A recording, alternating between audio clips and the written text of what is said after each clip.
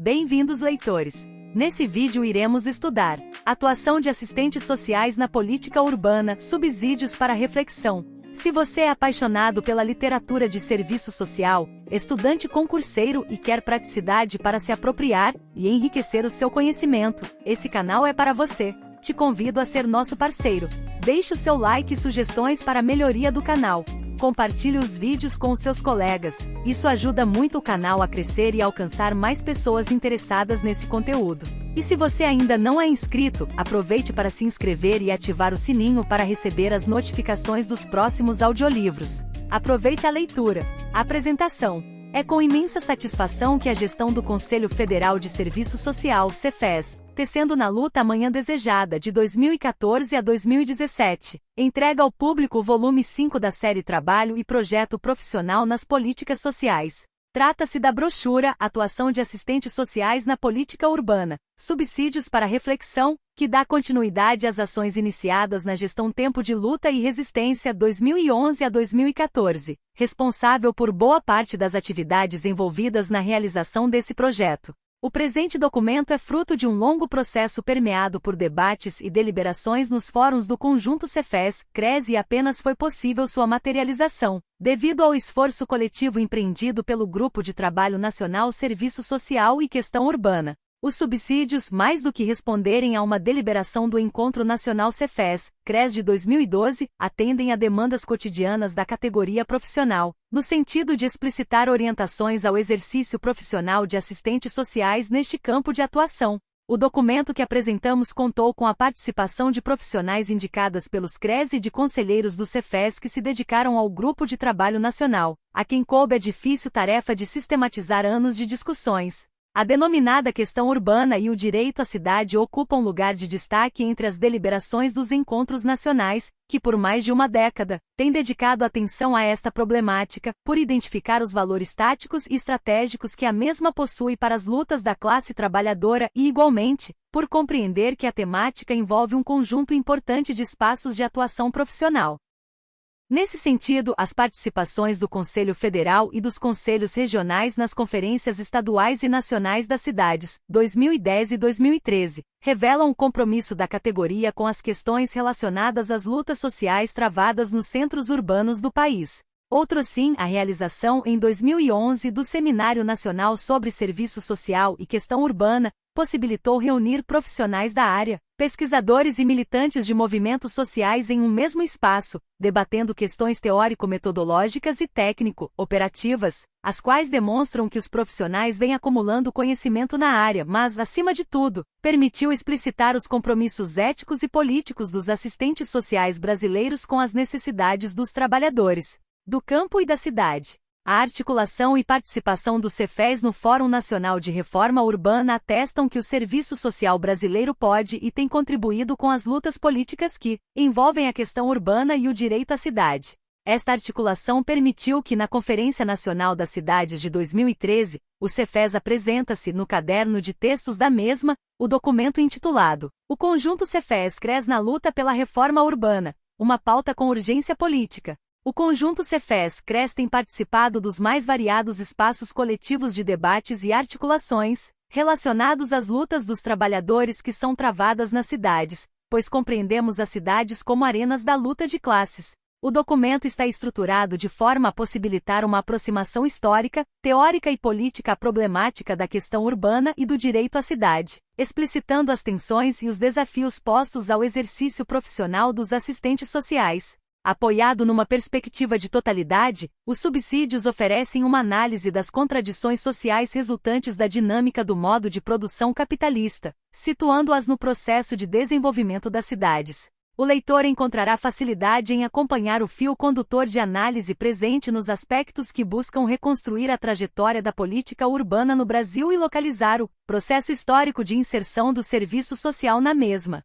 O trabalho do assistente social na política urbana, suas estratégias políticas e profissionais estão tematizadas no presente documento, no sentido de oferecer à categoria profissional princípios, valores e orientação àqueles que estão direta e indiretamente vinculados a este campo de atuação. Nesse sentido, estão explicitadas as principais ações desenvolvidas pelo assistente social e que estão assim organizadas. as ações de caráter socioeducativo, de caráter organizativo e de mobilização popular, de assessoria, supervisão e formação, e de planejamento, gestão e coordenação. Longe de se estabelecer qualquer tipo de prescrição ou mesmo receituário profissional, o objetivo primordial é proporcionar à categoria de assistentes sociais reflexões e referências ético-políticas, no sentido de auxiliar as atividades do cotidiano profissional. Os desafios para o exercício profissional de assistentes sociais na política urbana são inúmeros e complexos, uma vez que assistentes sociais reconhecem as cidades como locus das diferentes formas da desigualdade social, econômica e política. Essas diferentes formas de desigualdade estão expressas no desemprego, nos baixos salários, no aumento da pobreza, no analfabetismo, nas crianças e famílias vivendo nas ruas, nos doentes sem tratamento, nas moradias precárias, na falta de terra para os trabalhadores, na violência e insegurança urbana. A luta pela cidade é a luta pelos direitos para todos ao trabalho, à educação, ao lazer, à saúde, à habitação, à participação política e tantos outros direitos. Nesse sentido, acreditamos que as assistentes sociais do Brasil têm demonstrado que as escolhas feitas ao longo da história profissional e que nas últimas 3 décadas se condensaram no compromisso com as reivindicações da classe trabalhadora foram acertadas, pois colocaram o serviço social do país ao lado das entidades, organizações, sindicatos e partidos que lutam pela construção de uma sociedade na qual a produção da riqueza esteja a serviço do atendimento às necessidades humanas. Já afirmamos noutra oportunidade que se as cidades são arenas da luta de classes, trabalhadores e trabalhadoras lá estarão para manifestar e apresentar suas reivindicações. E a nós, assistentes sociais, cabe a difícil tarefa de manter o compromisso ético e político pela defesa dos trabalhadores e trabalhadoras, dos direitos e não sucumbir à lógica destrutiva do capital. Por fim, cabe afirmar que, na perspectiva de tecer na luta amanhã desejada, o conjunto Cefes CRES publica os subsídios para atuação de assistentes sociais na política urbana com a expectativa de contribuir com os enfrentamentos que inúmeros as assistentes sociais travam no seu cotidiano profissional. 1. Questão urbana e o direito à cidade. Tensões e desafios para o trabalho do assistente social. Diante da mundialização do capital, cita Chesnais, 1996, com seus impactos destrutivos no emprego, nos salários e nos sistemas de proteção social e, dadas as formas particulares da crise do capitalismo, assumidas no contexto brasileiro, um dos mais importantes desafios de assistentes sociais é analisar e buscar explicações acerca da realidade social, numa perspectiva de totalidade, identificando suas múltiplas determinações e reconhecendo as contradições em tempos de concentração da riqueza e de intensa desigualdade social para um agir profissional com ética, comprometido com as necessidades dos trabalhadores e trabalhadoras. Trata-se de uma mundialização que não suprime o papel que tem o Estado de sustentar a estrutura de produção e reproduzir interesses entre as classes sociais, cita Yamamoto, 2007, página 120. Assim, a análise da realidade urbana no cenário da segunda década do século XXI identifica uma conjuntura sócio-histórica de profunda regressão dos direitos, dos valores e das conquistas civilizatórias, que se alimenta nos irracionalismos econômicos, nas fragmentações culturais, nas opressões políticas de uma crise sistêmica embutida na contradição entre trabalho empobrecido e capital concentrado, cita Petras, 2012, página 18. Na particularidade do capitalismo brasileiro, as emergências políticas e sociais se veem diante de uma forma dependente de desenvolvimento que reestrutura o Estado, cujas ações intervencionistas se voltam para o aprofundamento da acumulação capitalista e tem nas cidades o locus das mais diversas expressões da desigualdade social, econômica, política e ambiental. As cidades caóticas e marcadas pela pobreza do século XXI representam, na atualidade, a mais acabada materialização territorial e espacial das contradições do sistema produtor de mercadorias, cita Burnet, 2012, página 101. E no caso brasileiro, segundo Maricato, 2011, página 131, a herança escravocrata e o desprestígio do trabalho, o patriarcalismo e a privatização da esfera pública, o personalismo e a rejeição às relações impessoais e profissionais, o clientelismo e a universalização da política do favor contrariamente ao reconhecimento dos direitos, a tradição autoritária negando a cidadania, estão presentes em cada m² da cidade periférica. É nesse marco analítico, impregnado de componentes da luta de classes, que o serviço social se vê diante de demandas para um redimensionamento de funções e atribuições profissionais, com novas exigências de qualificação para o exercício profissional, em aparatos institucionais novos e também diversos. Isso impõe a apreensão das condições concretas de realização do trabalho de assistentes sociais no campo da política urbana, na perspectiva do direito à cidade. Em um contexto de privatização generalizada do mundo, seja da produção, dos serviços, do espaço, da informação e da violência, que gera cada vez mais miséria e desigualdade, cita Ben Saidi 2008. Colocam-se exigências profissionais de afirmação dos significados do trabalho do assistente social, subsumido seu saber teórico, metodológico e técnico-operativo, para se legitimar ética e politicamente frente às manifestações da questão social, expressão sintética das contradições advindas da sociedade, criada pelo capitalismo. É fundamental considerar, para localizar o trabalho de assistentes sociais no contexto da política urbana, a direção social dada pelo projeto ético-político profissional, cujos fundamentos históricos e teórico-metodológicos, orientados por valores e princípios éticos numa perspectiva totalizante e crítica, cita Barroco 2001, página 56. Comparecem no conjunto das regulamentações profissionais, como a Lei nº 8.662 de 1993, de regulamentação da profissão, o Código de Ética do Assistente Social, de 1993, as diretrizes curriculares para o curso de serviço social da ABEPS, de 1996, e a Política Nacional de Estágio da ABEPS, de 2009. Em tempos de renovação de promessas neoliberais que, ao anunciarem um horizonte de desenvolvimento econômico com justiça social, mantêm e aprofundam a dinâmica de financiarização e mundialização do capital, cita Maranhão, 2010, página 101, e exacerbam as desigualdades sociais. As cidades constituem tanto o espaço da reprodução da força de trabalho, quanto um grande negócio para o capital, cita Maricato, 2013, página 20. Elas explicitam as marcas da pobreza e miséria, da intolerância e injustiça, que colocam os segmentos sociais mais vulneráveis exilados em espaços segregados, expressões multifacetadas do que se denomina questão urbana. A questão urbana, como particularidade da questão social, é a expressão da distribuição desigual das atividades humanas na organização socioespacial do processo de produção e reprodução do capital, e é também forma de resistência e de luta entre as classes sociais que compõem a estrutura social no contexto das cidades, cita Burnet, 2012. Silva, 1989. Dados esses pressupostos, é importante ressaltar que o espaço se define não a partir dos seus resultados finais mais imediatos e visíveis, tais como se apresentam na paisagem urbana de nossas cidades, mas sim por meio da compreensão do seu processo de produção social, que articula, concomitantemente, as dimensões material e simbólica das relações sociais. Assim, o espaço supõe, ao mesmo tempo, diferentes dimensões e temporalidades contraditórias da praxis social. Como afirma Lefebvre 2008, página 40, o desafio da crítica marxista está na compreensão dialética de qual é a relação entre o espaço mental, percebido, concebido, representado, e o espaço social construído, produzido, projetado, portanto, notadamente o espaço urbano, isto é, entre o espaço da representação e a representação do espaço?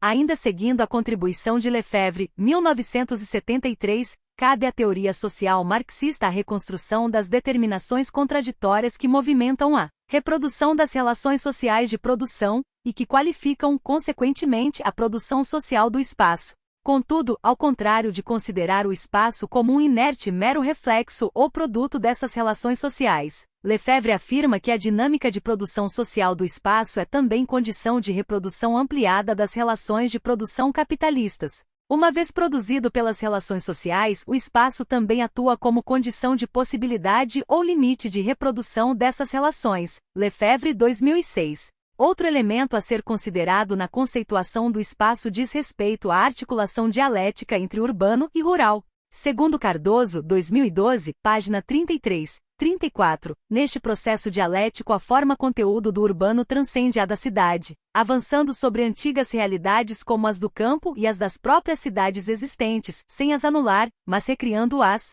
subordinando-as, como é o caso do desenvolvimento das periferias e hiperperiferias e das áreas periurbanas que se constituem cada vez mais em zonas de transição demarcadas, pelo avanço crescente do urbano sobre o campo, sobre territórios organizados por modos de vida culturalmente diversos como os territórios quilombolas e indígenas, as áreas ocupadas por população ribeirinha como nas regiões centro-oeste e norte do Brasil, redefinindo a relação cidade-campo que não desaparece, mas subordina-se à relação urbano-rural. Isto é fundamental para que possamos captar, por exemplo, o sentido e o conteúdo propriamente urbanos das transformações contemporâneas dos chamados espaços periurbanos. A oposição urbanidade-ruralidade se acentua em lugar de desaparecer, enquanto a oposição cidade-campo se atenua. Há um deslocamento da oposição e do conflito. Na especificidade da dinâmica estabelecida pelo Estado nas cidades amazônicas, ressaltam-se os níveis intensos de urbanização, tornando complexas as relações entre a vida rural-urbana.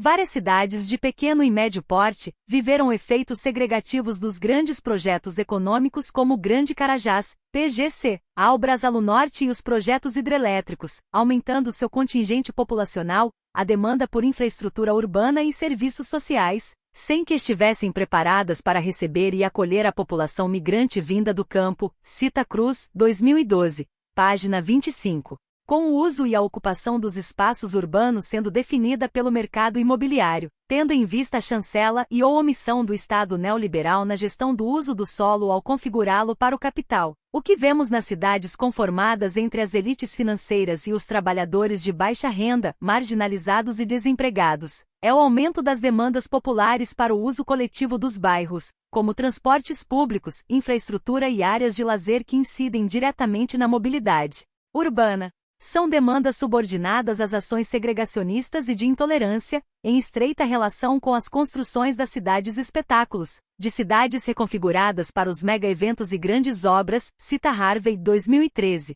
Porque o empreendedorismo urbano, a financiarização da terra, a especulação imobiliária, as omissões do Estado na regulação do mercado de terras definem as formas de uso e ocupação do espaço, em disputa pelas classes sociais. Segundo as previsões mais atuais, o crescimento populacional do mundo, durante os próximos 30 anos, estará concentrado nas cidades. Algumas características da dinâmica urbana atual apresentam as cidades fundindo-se entre si, para criar assentamentos urbanos em escala massiva. Cita Estado de Las Cidades de América Latina y del Caribe, 2012. São cidades que reproduzem imagens arquitetônicas, hotéis de luxo, parques temáticos, edifícios corporativos, condomínios fechados, que representam a cidade globalizada. O Brasil apresenta um crescimento demográfico de 191 milhões de habitantes, distribuídos em 5.565 cidades. São 4.958 municípios com até 50 mil habitantes. 569 municípios de 50.001 a 500.000 habitantes e 38 municípios com mais de 500.000 habitantes, cita IBGE, 2013.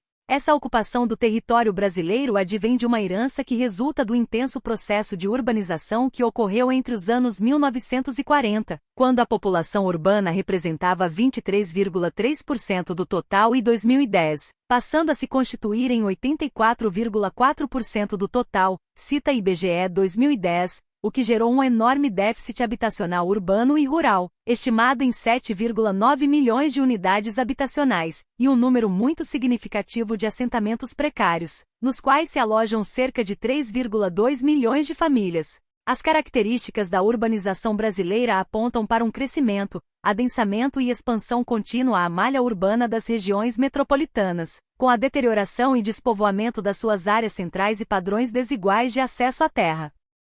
Mostram o crescimento das fronteiras agropecuárias no Cerrado e na região amazônica, com degradação ambiental, conflitos fundiários e tensões com as populações tradicionais, a exemplo dos povos indígenas e quilombolas. Há um crescimento urbano em cidades localizadas em áreas de extração mineral e de processamento do petróleo, e vem ocorrendo um aumento populacional nas cidades de médio porte em determinadas regiões, com a redefinição de vetores de desenvolvimento e consequente deslocamento de grupos sociais. Particularidades que devem ser reconhecidas e consideradas nas políticas econômicas e sociais, cita Paz e Taboada, 2010. A fisionomia dessas cidades é, portanto, reconfigurada para torná-las atrativas para novas relações socioeconômicas e culturais. A lógica prevalente é a do modelo de planejamento estratégico, assentado em conceitos e técnicas do planejamento empresarial. Tais medidas, contudo, ao produzirem novos centros urbanos, desarticulam relações construídas historicamente,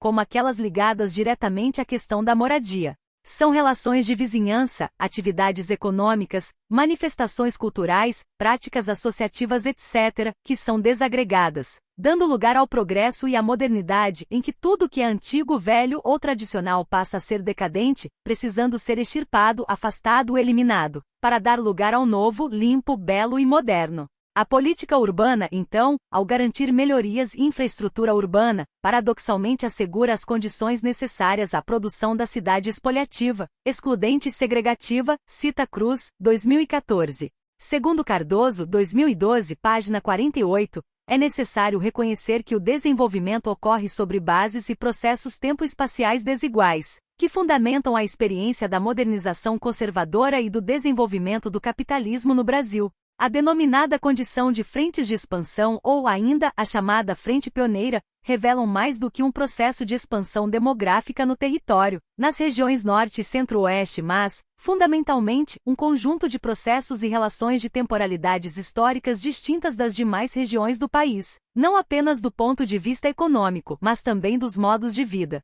A este respeito, Martins, 2009, produziu uma rica análise que evidencia o quanto em uma mesma sociedade capitalista podem ser desiguais e simultâneas as temporalidades socioespaciais do desenvolvimento capitalista e de sua experiência de sociedade urbana, convivendo formas tipicamente capitalistas com as formas tradicionais de expropriação e expoliação da acumulação primitiva, não como dualidade ou superposição do arcaico sobre o moderno, mas como experiência concreta de modernização conservadora e de desenvolvimento desigual, dependente e periférico do capitalismo no Brasil. Cabe ressaltar, conforme Maricato, 2011, que o processo de urbanização no Brasil recria o atraso, por meio de novas formas. O censo de 2010 revela que 97% das cidades com mais de 500 mil habitantes têm favelas, sendo que nas cidades médias, elas se localizam em mais de 80% dos núcleos urbanos. São 83 milhões de habitantes que não são atendidos por sistemas de esgotos e 45 milhões de brasileiros que não têm acesso aos serviços de água potável. Além disso, 37 milhões de pessoas, moradoras dos centros urbanos, não conseguem acessar o transporte público, por não poderem pagar o alto custo das tarifas, enfrentando um serviço precário, cita Censo Demográfico. Aglomerações subnormais, 2010. São muitos os mecanismos pelos quais a cidade reproduz a desigualdade social, explicitando a ausência do direito à cidade, na apropriação desigual dos espaços na lógica entre legislação urbana, serviços públicos e obras de infraestrutura, cita Maricato, 2013. Os traços que desenham o perfil da sociedade brasileira são definidos, historicamente, por uma estrutura fundiária que privilegia a concentração de terra, de renda e de riqueza, em um processo que teve seu principal marco histórico na Lei de Terra de 1850, que instituiu a propriedade fundiária no país. Esse processo se intensifica a partir de meados da década de 1960, com o projeto de desenvolvimento do governo militar, no incentivo à monocultura e à grande produção agrícola capitalista, e na expulsão sistemática dos trabalhadores do campo, fortalecendo os mecanismos de modernização de base técnica da agricultura, com vistas a liberar força de trabalho e garantir a cesta de alimentos para a população urbana. Essa desigualdade social está presente nos condomínios fechados, alimentando uma sociabilidade enclausurada que rejeita a vida pública, estabelecendo com a cidade a prática da segregação, cita Caldeira, 2000, está nas cidades nas quais a classe trabalhadora se vê pressionada a construir suas moradias em encostas inseguras em áreas de preservação ambiental, ou a viver em conjuntos habitacionais edificados em áreas periféricas, sem equipamentos sociais e sem infraestrutura urbana,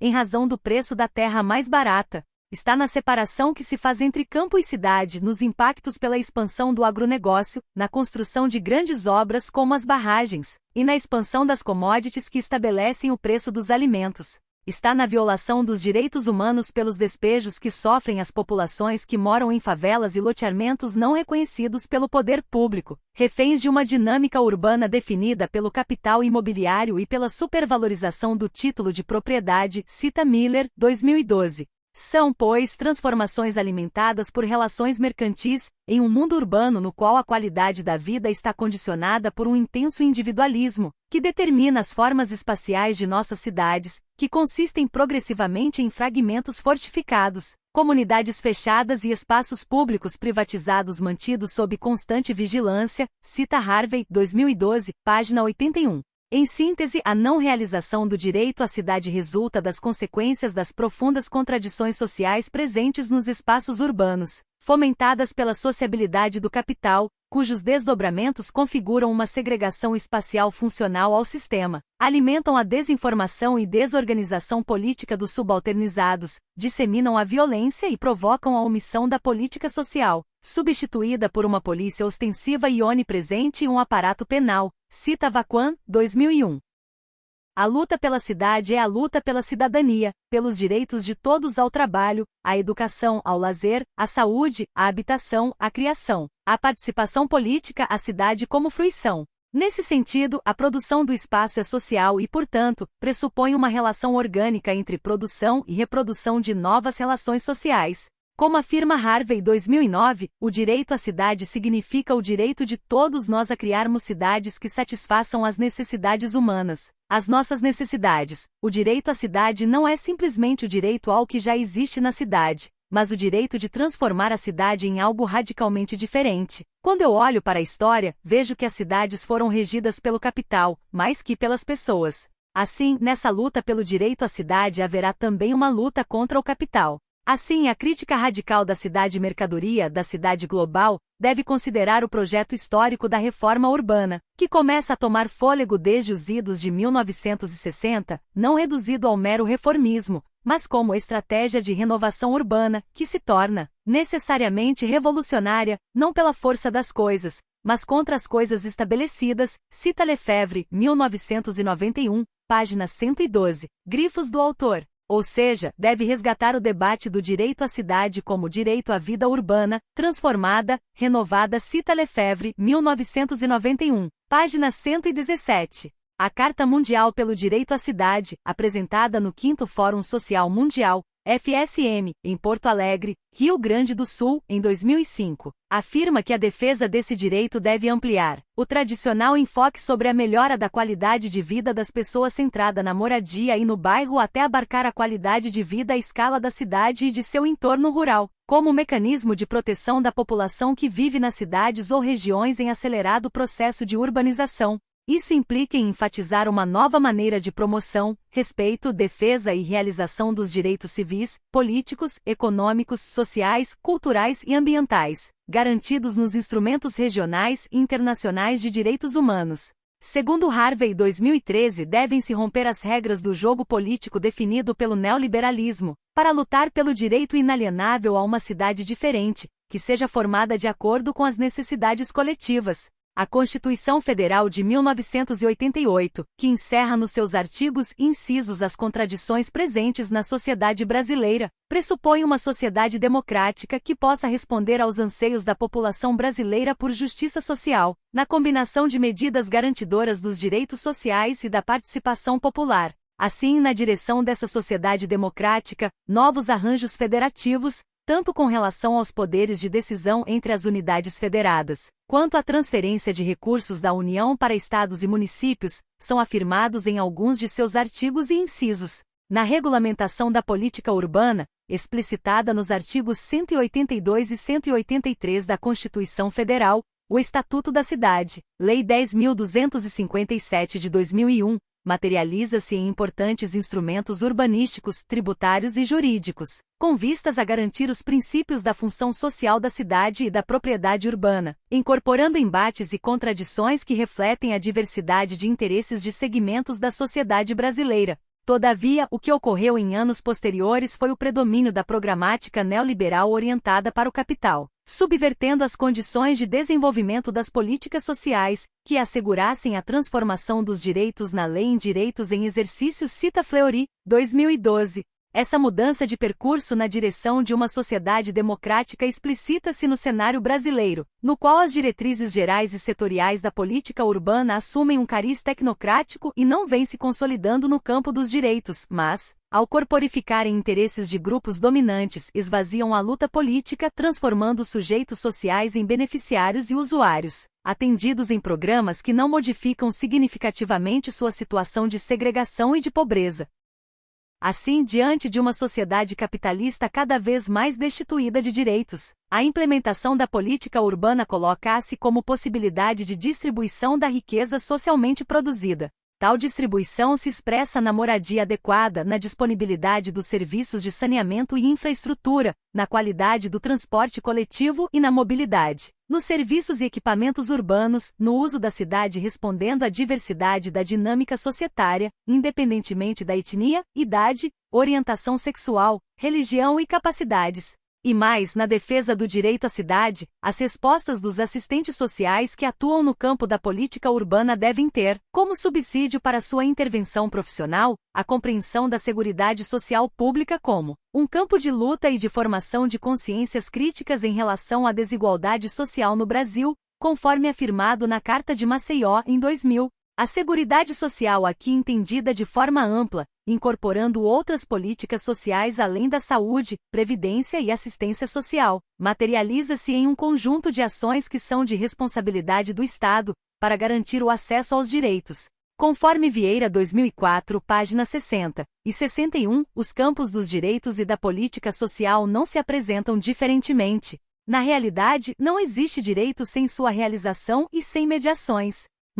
Aspectos relevantes da trajetória da política urbana no Brasil. A referência a alguns marcos históricos do processo de urbanização no Brasil contribui com a busca das determinações políticas, econômicas e sociais, que impactam na organização do espaço na estrutura capitalista e suas consequências nas condições precárias da vida nas cidades brasileiras. É importante considerar as respostas governamentais ao agravamento das desigualdades socioespaciais e as reivindicações dos trabalhadores e as formas das lutas sociais que pressionam essas respostas, ao se pontuar características do percurso da política urbana, resultante das relações produtivas e das formas de produção do espaço. Cita Burnet, 2012. Acrescentasse a isso o fato de que apreender os mecanismos que possibilitam e ou impõem limites ao acesso ao direito à cidade para todos implica identificar também as demandas e exigências que se têm apresentado no universo profissional do serviço social, e a direção política imprimida no trabalho de assistentes sociais no campo da política urbana.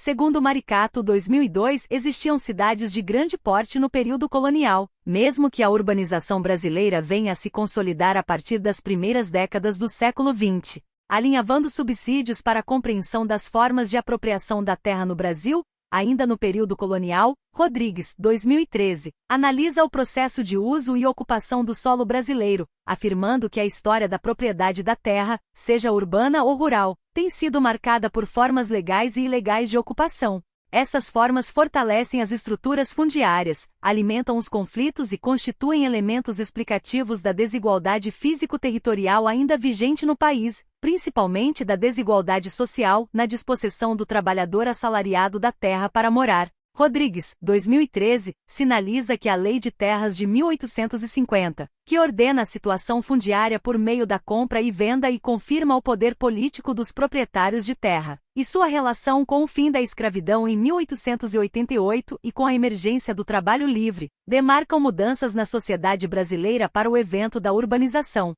São traços que remetem, segundo a autora, a uma colonização processada por meio das sesmarias e das capitanias hereditárias, que definiram formas de apropriação da terra e influíram na consolidação do capitalismo brasileiro, principalmente em termos de um patrimonialismo que privatiza a terra, seja no campo, seja na cidade. Somava-se a esse processo o fluxo crescente e constante de trabalhadores, as imigrantes que aportam no Brasil, em finais do século XIX e início do século XX, cita Toledo, 2003. É interessante ressaltar uma reflexão de Lojkine, 1981 Apud Silva, 1989, página 16, que, ao afirmar o urbano como elemento-chave das relações de produção e um dos lugares decisivos da luta de classes, dialoga com Marx e Engels na crítica de que os mesmos fazem sobre a separação da cidade e do campo, que representa, nesse movimento, a divisão entre trabalho material e trabalho intelectual. Trata-se de uma desocultação necessária do discurso ideológico dominante, cita Santana, 2013, que se complementa na afirmação de Yamamoto, 2007, página 89, ao se referir à articulação existente entre relações de propriedade e relações de trabalho. A propriedade fundiária é um pressuposto histórico e fundamento permanente do regime capitalista de produção, comum a outros modos históricos de produzir. Entretanto, o capital cria a forma histórica específica de propriedade que lhe convém, valorizando este monopólio na base da exploração capitalista, subordinando a agricultura ao capital. Para Bonduki, 1998. São inúmeros os problemas ocasionados pela presença cada vez maior de trabalhadores com suas moradias localizadas em áreas segregadas, com deficiência dos serviços de água e esgoto, constituindo ameaças à saúde pública, e cujas respostas governamentais convergiram para a criação de uma legislação de controle do uso do solo com enfoque higienista. Cita Bonduki, 1998, página 43, que num período em que a questão social era tratada como caso de polícia, o problema da habitação foi enfrentado pelo autoritarismo sanitário basicamente como uma questão de higiene, na perspectiva de difundir padrões de comportamento, de asseio e de hábitos cotidianos. Por outro lado, aos estratos sociais pertencentes à elite eram garantidas áreas de uso exclusivo, com investimentos públicos e livres da degradação. Segundo o autor, até o final dos anos 1930, diante da emergência de um processo de urbanização e crescimento das cidades, as respostas do Estado brasileiro de concepção liberal foram limitadas. As diferentes modalidades de moradia para atender às demandas dos trabalhadores de uma indústria nascente eram construídas pela iniciativa privada, tornando o aluguel a forma dominante de morar muitas vezes em condições precárias, como nos cortiços das áreas urbanas centrais. Essa produção rentista, porque o investimento visava a uma renda mensal, perdurou até o início dos anos 1940, quando ocorreu um desestímulo do investimento na produção habitacional, demandando, portanto, a intervenção estatal que, limitada, é complementada com o autoempreendimento da moradia pelos trabalhadores, cita Bonduki, 1998, página 44. É importante observar que a experiência de prática social mais duradoura em relação à moradia das famílias trabalhadoras pobres urbanas, desde a instituição do trabalho livre no Brasil até os dias de hoje, é a autoconstrução como componente e expressão material da expropriação dos meios de vida, como a terra, da exploração da força de trabalho e da expoliação urbana, cita Kovarik, 1993. Nos termos de Kovarik, 1993, página 62. O chamado problema habitacional deve ser equacionado tendo em vista dois processos interligados. O primeiro refere-se às condições de exploração do trabalho propriamente ditas, ou mais precisamente às condições de pauperização absoluta ou relativa a que estão sujeitos os diversos segmentos da classe trabalhadora. O segundo processo, que decorre do anterior e que só pode ser plenamente entendido quando analisado em razão dos movimentos contraditórios da acumulação do capital, pode ser nomeado de expoliação urbana. É o somatório de extorsões que se operam através da inexistência ou precariedade de serviços de consumo coletivo, apresentados como socialmente necessários em relação aos níveis de subsistência, e que agudizam ainda mais a dilapidação realizada no âmbito das relações de trabalho. Desde os anos 1930, a habitação constituiu-se numa força ideológica para a formação do trabalhador, fundamental na reprodução da força de trabalho. Em um momento de profundas mudanças no Estado e na sociedade, cita Bonduki, 1998, página 73. É nessa perspectiva que se colocaram o incentivo do acesso à casa própria, ainda que fossem moradias autoconstruídas em áreas periféricas ou rurais, porque os trabalhadores recebiam um salário mínimo insuficiente para atender às suas necessidades sociais, a ampliação dos serviços de transporte e obras de saneamento, mecanismos importantes para a manutenção da ordem econômica, política e social e valorização da família nuclear monogâmica dentro do espírito burguês, cita Bonduki, 1998, página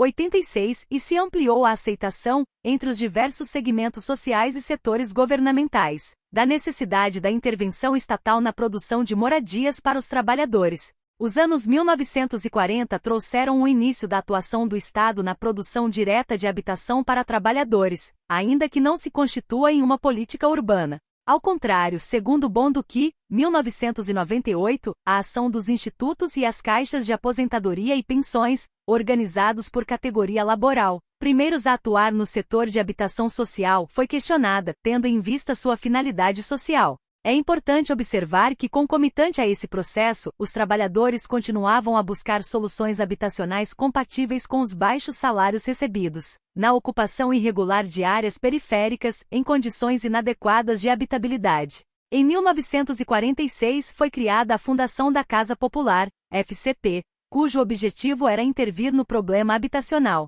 com oposições fortíssimas de vários segmentos, tanto aliados quanto críticos ao governo. Destaca-se que foram criados outros órgãos municipais e estaduais no interior do país, tendo atribuições na área da assistência social, para responder ao problema da carência e precarização de moradias. Em 1956 foi promulgada a denominada Lei das Favelas, Lei 2875, visando a intervenções pontuais na área urbana. Segundo Vieira, 1983, a demanda habitacional durante o governo Vargas, em 1950, estava em torno de 2,4 milhões de moradias e as cidades configuravam aspectos da desigualdade social na ausência de conforto e higiene para parte significativa da população brasileira, que habitava em favelas ou em loteamentos e conjuntos habitacionais, distantes dos centros urbanos. O programa FCP, que resistiu de 1946 a 1964, período marcado pela disputa de projetos e intensificação da luta de classes, cita Bein e Boschetti, 2006, foi atuação de assistentes sociais na política urbana. Subsídios para reflexão 23 substituído pelo Banco Nacional de Habitação,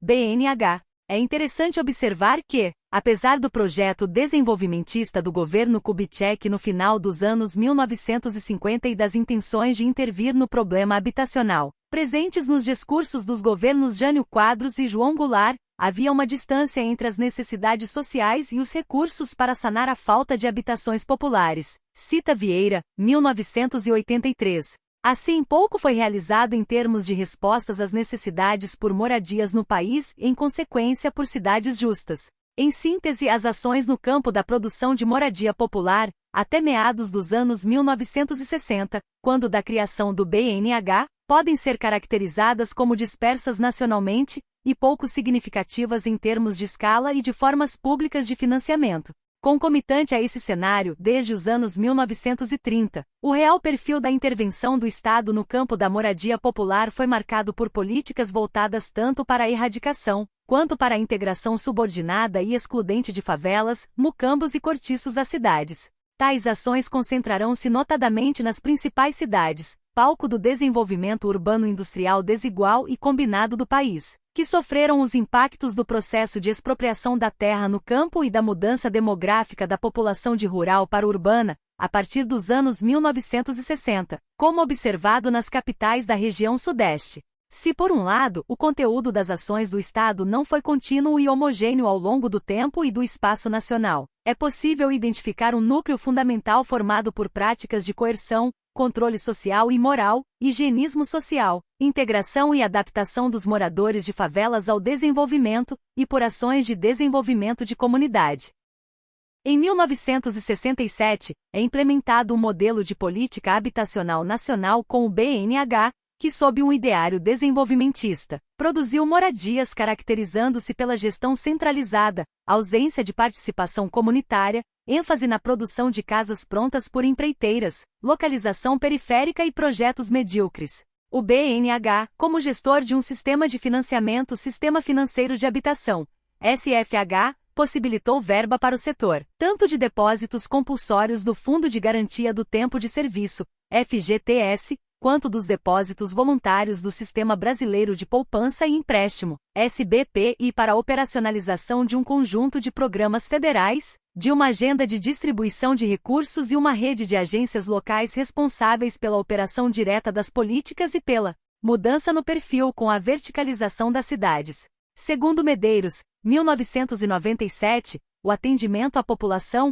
em termos de financiamento habitacional, era feito por faixas de mercado, segundo os diferentes estratos de renda. Deste modo, a camada mais carente da população, mercado popular, recebendo até 5 salários mínimos, deveria ser atendida pelas companhias estaduais ou municipais de habitação, COHABS, na qualidade de agente promotor. Os estratos médios ou chamado mercado econômico de 5 a 10 salários mínimos, constituíam-se na clientela preferencial das cooperativas habitacionais assessoradas em suas atividades de agente promotor pelos Institutos de Orientação às Cooperativas, INOCOOPS. E as faixas de renda mais alta, acima de 10 salários mínimos, formavam o mercado a ser atendido pelo Sistema Brasileiro de Poupança e Empréstimo, SBPI. A criação do BNH marcou o início de uma política, cuja característica foi o alinhamento das ações habitacionais executadas no plano local às políticas formuladas no Plano Federal Cita-RET 2000, o que garantia a integração do sistema e teve também o objetivo de impulsionar a economia, fortalecendo o setor da construção civil, produzindo quase 4,5 milhões de moradias em 22 anos,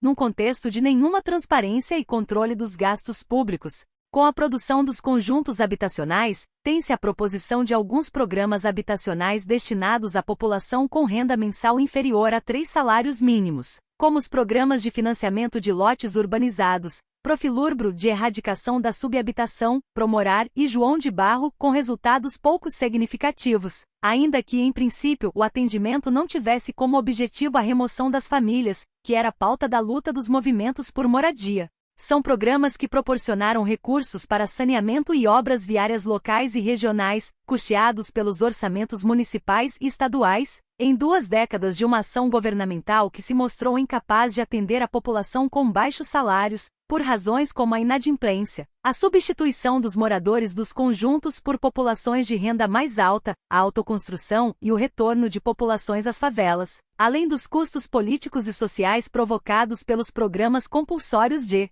remoções de favelas, cita Cardoso 2003, página 8. Vieira observa que no Brasil, o projeto habitacional veio a definir o projeto urbano, quando na verdade este precisava determinar aquele desenvolvimento urbano e meio ambiente, abrangendo a política habitacional, de saneamento básico, de desenvolvimento urbano e do meio ambiente. Todavia, Cardoso aponta a existência de um vácuo, com relação a uma política urbana efetiva, após a extinção do BNH em meados dos anos 1980, o que ocorre sob o efeito combinado da política recessiva adotada pelo governo militar e a inflação elevada no início da década, causando aprofundamento da inadimplência dos financiamentos, e a redução na capacidade de arrecadação tanto do FGTS quanto do SBP, e cita Cardoso e Aragão, 2013. As funções do BNH foram divididas entre a Caixa Econômica Federal, que ficou responsável pelo controle e gestão dos recursos do FGTS, o Banco Central e o Conselho Monetário Nacional.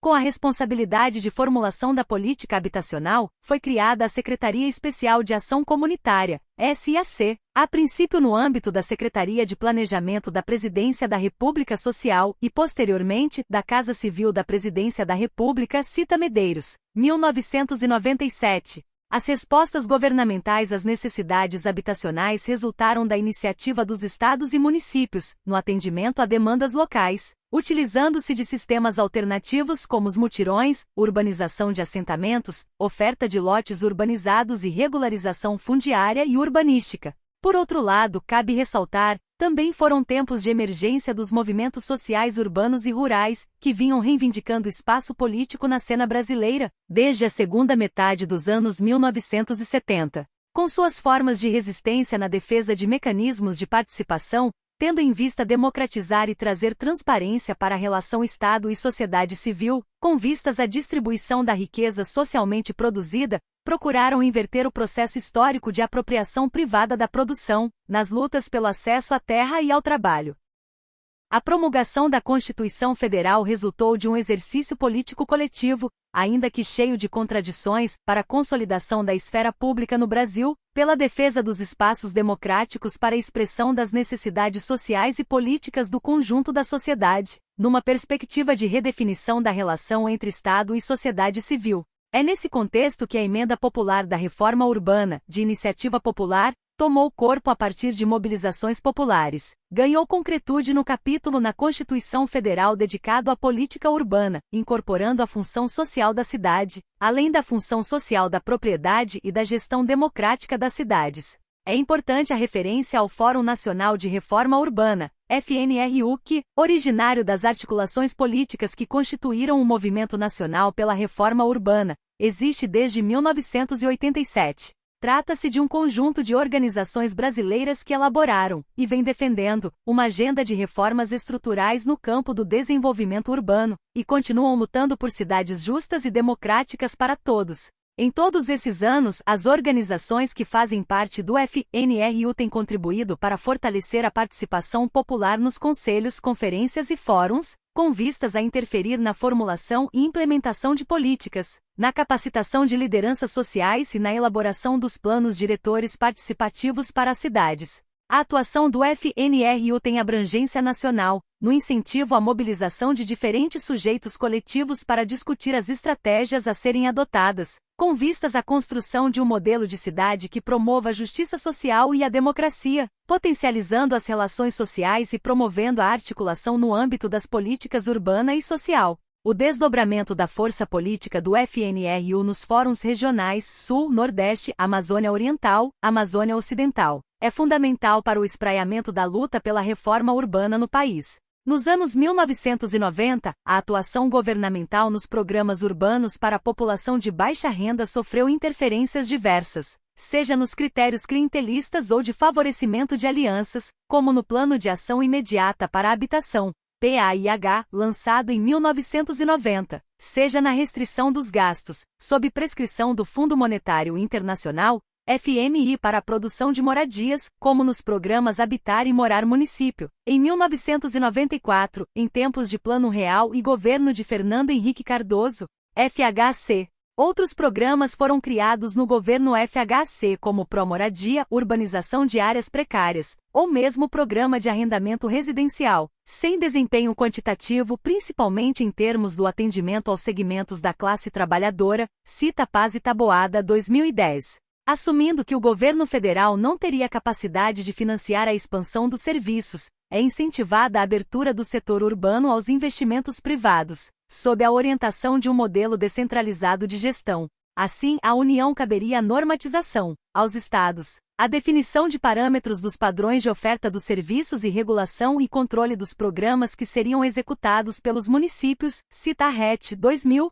Assim, no final dos anos 1990 e início dos anos 2000, tem-se como consequência dessa limitação macroeconômica imposta e suas consequências para a política urbana, a restrição do atendimento da demanda das populações de baixa renda, destacando-se o financiamento internacional, firmado em final de 1999 com o Banco Interamericano de Desenvolvimento, BID, e com recursos do Orçamento Geral da União, OGU, para o desenvolvimento do Programa Habitar Brasil, gerenciado pelo governo federal e com a verba redistribuída para os municípios. O programa objetivava a implantação de projetos integrados para elevar os padrões de habitabilidade e de qualidade de vida de grupos com renda mensal até 3 salários mínimos, que residiam em áreas precárias de regiões metropolitanas, aglomerações urbanas e capitais. Segundo dados oficiais, foram privilegiados 119 municípios em ações de capacitação técnica e gestão, e foram contratados 119 projetos de urbanização de assentamento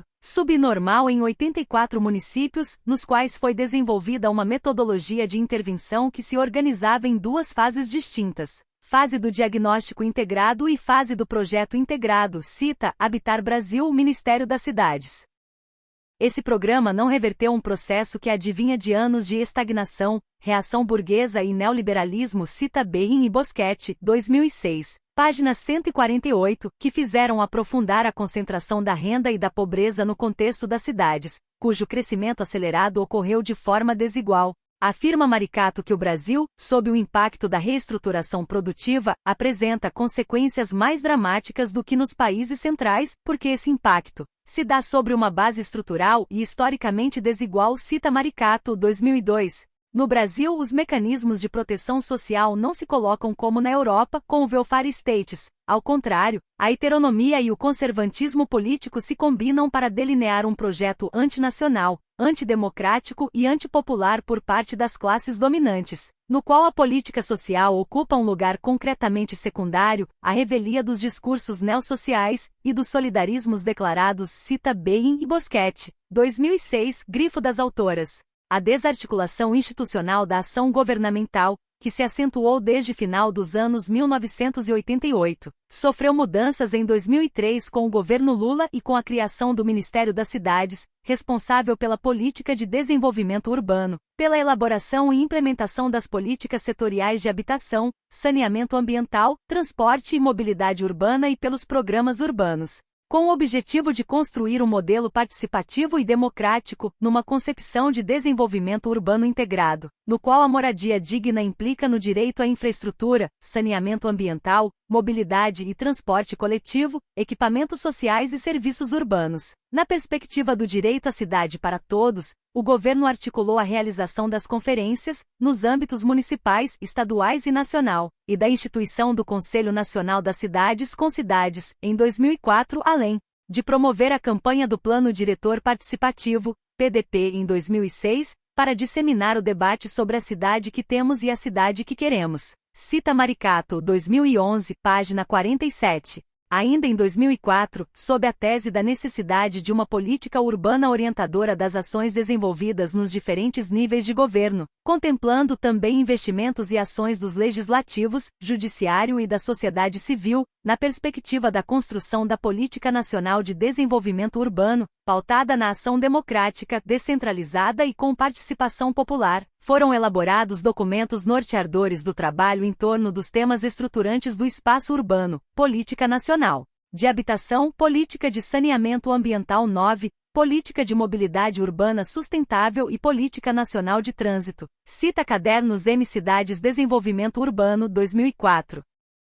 Nesse contexto de mudanças, com a perspectiva de romper com a centralização e tecnocracia de momentos anteriores, em 2005 é criado o Sistema Nacional de Habitação de Interesse Social, SNHIS, pela Lei 11.124, prevendo a elaboração do Plano Nacional de Habitação, PLANHAB, finalizado em 2010, e reunindo os recursos para a habitação de interesse social, RIS, no Fundo Nacional de Habitação de Interesse Social, FIS. Foi prevista a utilização dos recursos de forma descentralizada e os estados, municípios e o Distrito Federal deveriam atender às exigências de constituírem fundos e conselhos de controle social e apresentarem planos locais de habitação de interesse social, PLIS, um dos instrumentos de implantação do SIS, com o objetivo de definir as estratégias de intervenção, linhas programáticas e prioridades de investimento, devendo ser desenvolvido de forma articulada ao plano diretor, cita Krause. Balbin e Lima Neto, 2013. As mudanças operadas na política econômica a partir de 2006, na progressiva liberalização dos gastos públicos e ampliação da exportação de commodities, possibilitam novos mecanismos institucionais para a política urbana, cita Cardoso e Aragão, 2013. Todavia, a partir de 2009, delinearam-se mudanças políticas na distribuição dos recursos pelo Conselho Gestor do FIS, com a destinação de percentual significativo de verbas a projetos de urbanização de assentamentos precários, para complementação de obras inseridas no denominado Programa de Aceleração do Crescimento, PAC, cuja concepção se deu fora do marco do SIS, em 2007. Além disso, em 2008 foi lançado o Programa Minha Casa Minha Vida, MCMV, regulamentado pela Lei 11.977 de 2009, em um contexto de crise financeira internacional, para cumprir o objetivo de manter elevados os níveis de investimentos no setor da construção civil, cita Krause, Balbin e Lima Neto, 2013. Segundo esses autores, o programa Minha Casa Minha Vida assumiu a maior parte da provisão habitacional de interesse social no Brasil, promovendo em sua esteira mudanças no próprio marco do SIS, e uma das mudanças mais importantes foi que o FIS, como principal instrumento de efetivação do SIS, mantido com recursos do Orçamento Geral da União,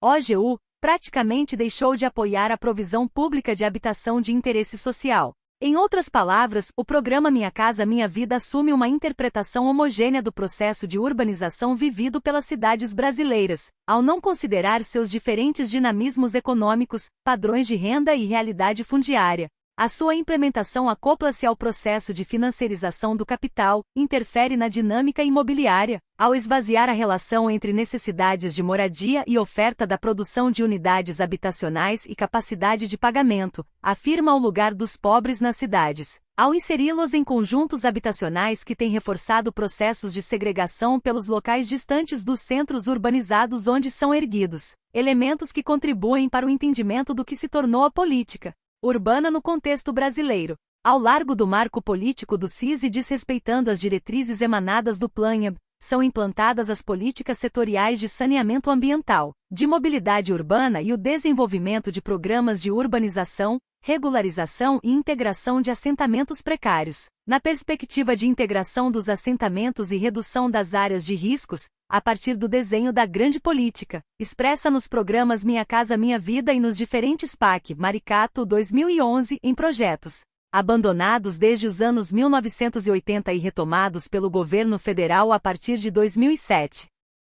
Ao não levar em consideração o Plano, que a partir da análise da questão urbana no Brasil, apresenta diferentes formas de atendimento às demandas habitacionais, além de soluções diversas que somariam a ação das construtoras com a produção social de moradias, o programa Minha Casa Minha Vida tem apenas uma proposta habitacional, ou seja, a construção de unidades novas, para financiamento habitacional, ainda que subsidiado, nem sempre vinculadas à intervenção urbanística, o que contribui para ampliação das fronteiras do capital. As ações desenvolvidas são: Minha Casa Minha Vida Empresas, produção de empreendimentos para alienação de unidades habitacionais às famílias com renda mensal até R$ 1.600, com recursos do FAR. Minha Casa Minha Vida Entidades, produção de empreendimentos destinados às famílias com renda mensal até R$ 1.600, em substituição ao Programa Crédito Solidário, financiamento através do Fundo de Desenvolvimento Social, FCS, organizadas em cooperativas habitacionais ou mistas, associações e demais entidades privadas sem fins lucrativos. Financiamento habitacional com recursos do FGTS, financiamento a pessoas físicas com renda até R$ 5.000, individualmente por meio de carta de crédito individual ou organizadas em grupos associativos, por meio de carta de crédito associativo. Minha Casa Minha Vida, oferta pública para municípios com população de até 50.000 habitantes, em parceria com estados e municípios na produção de empreendimentos ou reposição de unidades habitacionais isoladas, destinadas às famílias com renda mensal até R$ 1.600. Modalidade em modificações em 2013. E Minha Casa Minha Vida Rural, produção ou reforma de unidades habitacionais destinadas aos agricultores familiares e trabalhadores rurais com renda anual de até R$ 60.000. O trabalho social é exigido nas etapas denominadas pré- e pós-ocupação, em todas as ações do programa Minha Casa Minha Vida, à exceção do Minha Casa Minha Vida financiamento habitacional com recursos do FGTS. Ainda que o programa Minha Casa Minha Vida venha injetando recursos significativos na produção habitacional,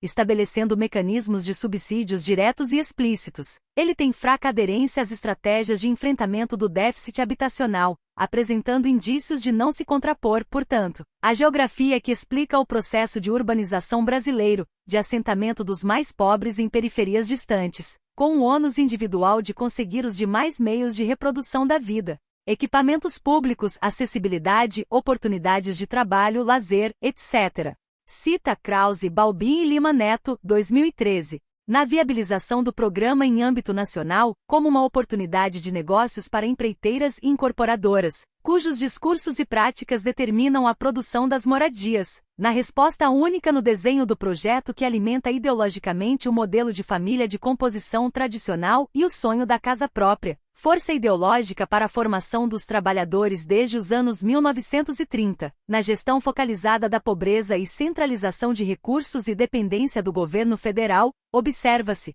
a abdicação de outros entes federativos de fazer política habitacional. Em síntese, o programa Minha Casa Minha Vida imprime outra direção à política urbana no país, particularmente às ações desenvolvidas pelos agentes responsáveis, governos federal e estadual, Caixa, prefeituras municipais e empreiteiras, desconstruindo conquistas históricas de diferentes segmentos sociais, ao flexibilizar a legislação existente, ao esvaziar as instâncias de controle social e, mais uma vez na história da política urbana brasileira, ao expandir a malha urbana por meio de processos de periferização e segregação, pela monofuncionalidade e guetificação dos grandes conjuntos habitacionais construídos nas fronteiras urbanas das cidades.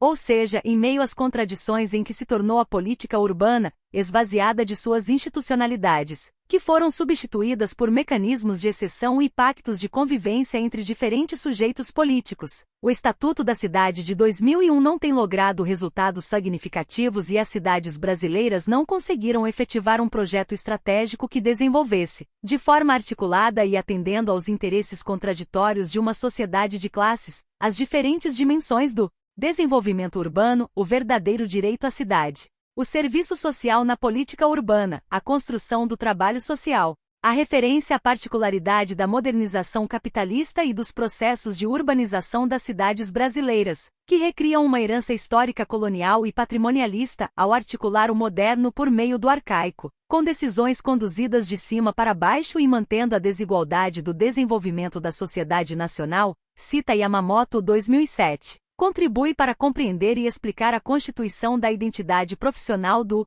assistente social, que se constrói no contexto do desenvolvimento capitalista industrial e da expansão urbana no Brasil, conforme Yamamoto e Carvalho, 1982. O registro de aspectos históricos, políticos e econômicos do que se constituiu o processo de urbanização no Brasil não pretendeu exaurir os estudos e pesquisas que vêm sendo produzidos para interpretar o urbano na periferia do capitalismo, e tampouco construir teorias formais sobre o mesmo. Buscou-se esse arcabouço para ilustrar e resgatar uma leitura crítica do que vem sendo denominado trabalho social pela mediação da política urbana, afirmando suas possibilidades e questionando seus limites e embates, pela chave analítica da sua conexão com o serviço social. Com base em tais argumentos, pontuam-se algumas das estratégias profissionais dos assistentes sociais no desenvolvimento do trabalho social no campo urbano, considerando seus fundamentos e implicações políticas. Segundo Yazbek, 2009, a profissionalização e legitimidade do serviço social no Brasil se efetiva como um dos recursos mobilizados pelo Estado e pelo empresariado com o suporte da Igreja Católica.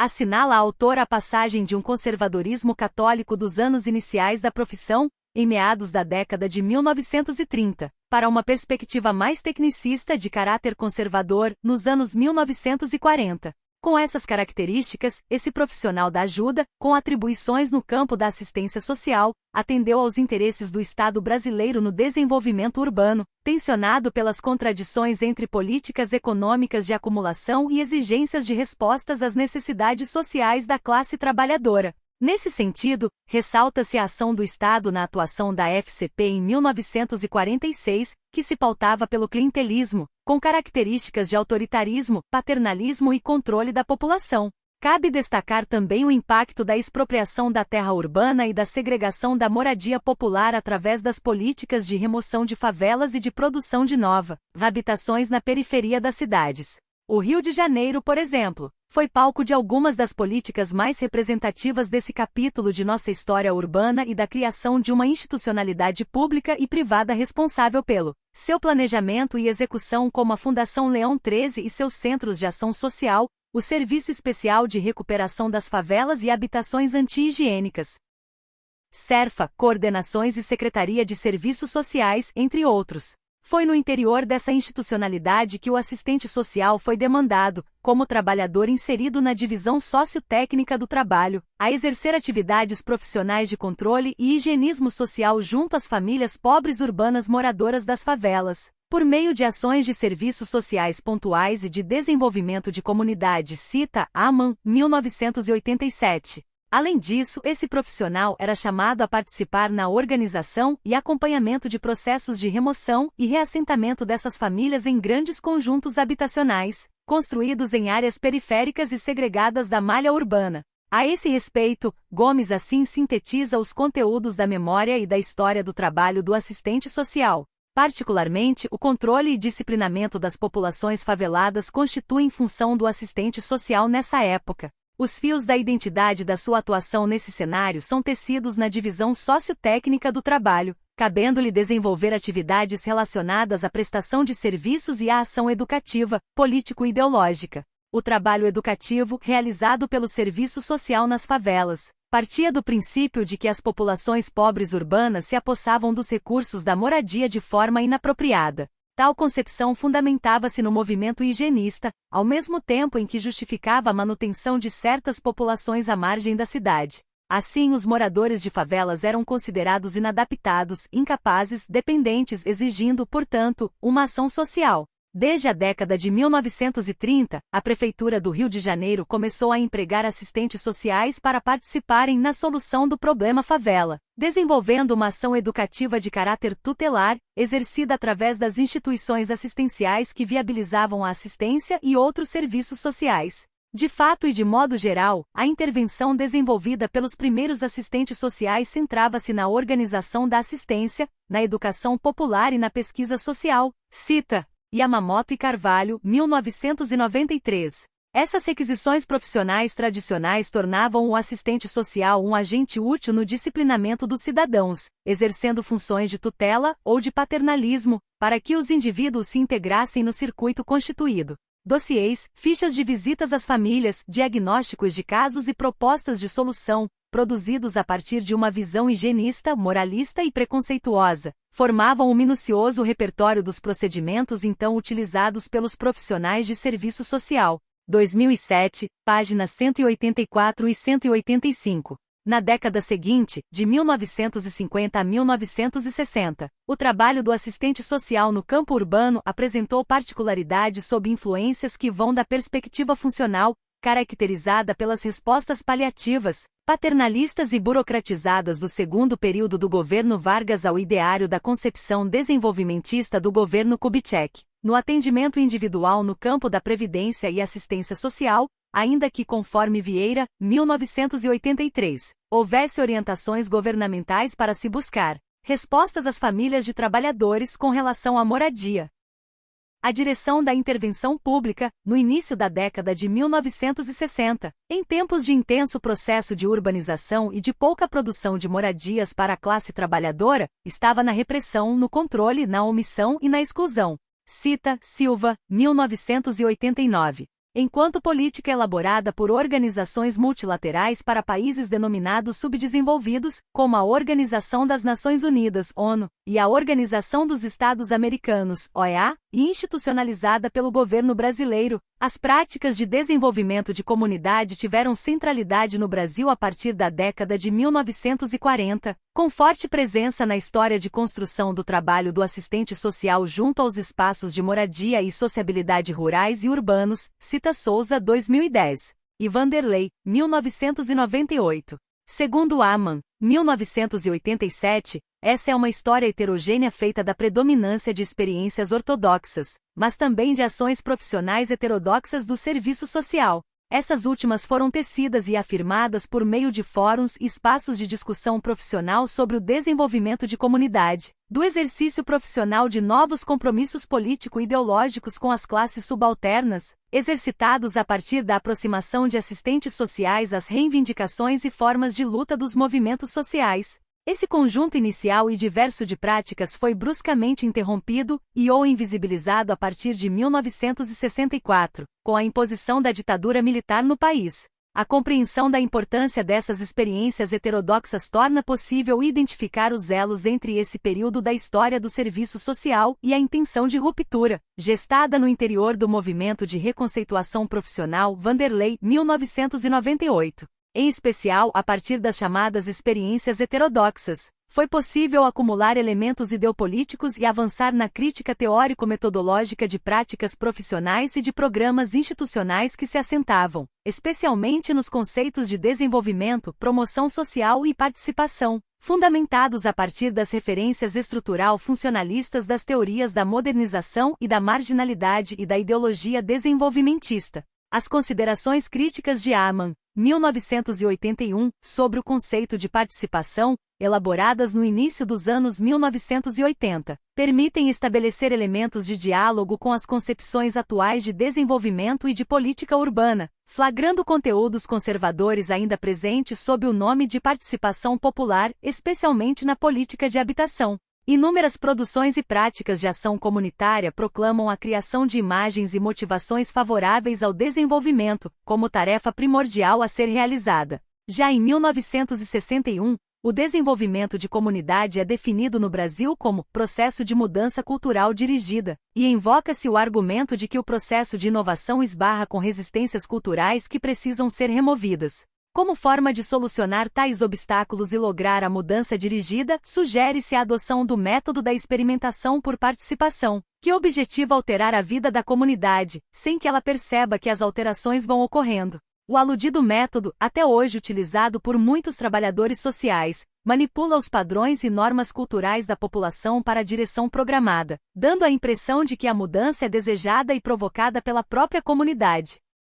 A partir da criação do BNH, em meados da década de 1960, o trabalho do assistente social, ao lado de outros profissionais da área das ciências humanas, configurou-se nas propostas teórico-metodológicas e nas concepções interventivas e no caráter administrativo da ação profissional, desenvolvidas no Subprograma de Desenvolvimento Comunitário SUDEC, posteriormente Programa de Desenvolvimento Comunitário, PRODEC, e na Carteira de Habitação de Interesse Social, que apoiava as companhias de habitação COAB com o trabalho junto aos mutuários, cuja funcionalidade atendia à perspectiva modernizadora assumida por alguns segmentos profissionais. Segundo Paz e Taboada 2010, o trabalho social da época tinha um caráter mais administrativo, pois se preocupava com a seleção da demanda, o acompanhamento da adimplência dos mutuários e a organização comunitária, especialmente com a constituição de associações de moradores nos conjuntos habitacionais, para que essas pudessem administrar os espaços comunitários construídos nos conjuntos habitacionais, centro-comunitários através de comodatos. Mas o trabalho social também era desenvolvido sob a referência teórico-metodológica de orientação crítica ao pensamento conservador, a exemplo da atuação profissional no Instituto de Orientação às Cooperativas Habitacionais de São Paulo, INOCOOP-SP, cuja experiência nos marcos da ruptura com o conservadorismo e no compromisso com as lutas sociais sofreu um revés, com a demissão em massa de seus profissionais. Os INOCOOP, criados em várias regiões do país, eram órgãos que cuidam da observância das normas ditadas pelo BNH para as cooperativas habitacionais, ou seja, cuidam que as cooperativas não ultrapassem seus limites. Cita Abramides, Mazeu e Fingerman, 1984. Apesar dos tempos de repressão, dos anos 1970 a meados da década de 1980, observa-se a presença de um trabalho social que foi desenvolvido pelos assistentes sociais, comprometido com as reivindicações e a organização popular. Seu foco estava tanto nas ações emergenciais e assistenciais, quanto no fortalecimento das lutas, na perspectiva dos direitos dos moradores, seja no apoio para a urbanização de áreas precárias e na resistência contra despejos e pela ligação de água e luz, seja na informação e acompanhamento de grupos sociais inseridos em projetos habitacionais,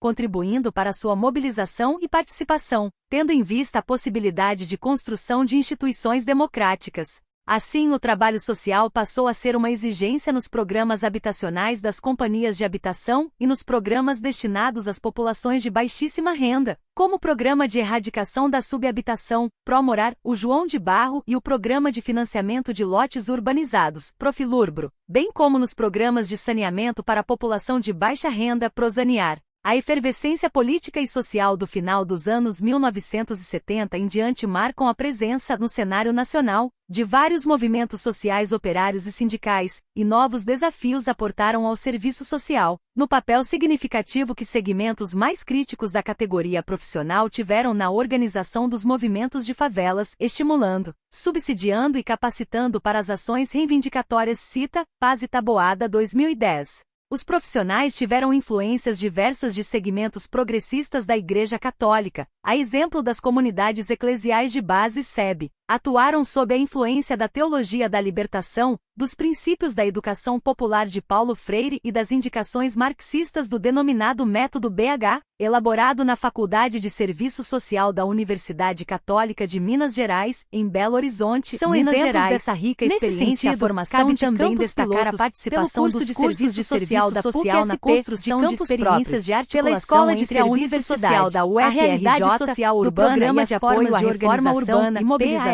da PARU, Sociedade da Faculdade Civil, de Serviço a partir Social dos da anos UFPA,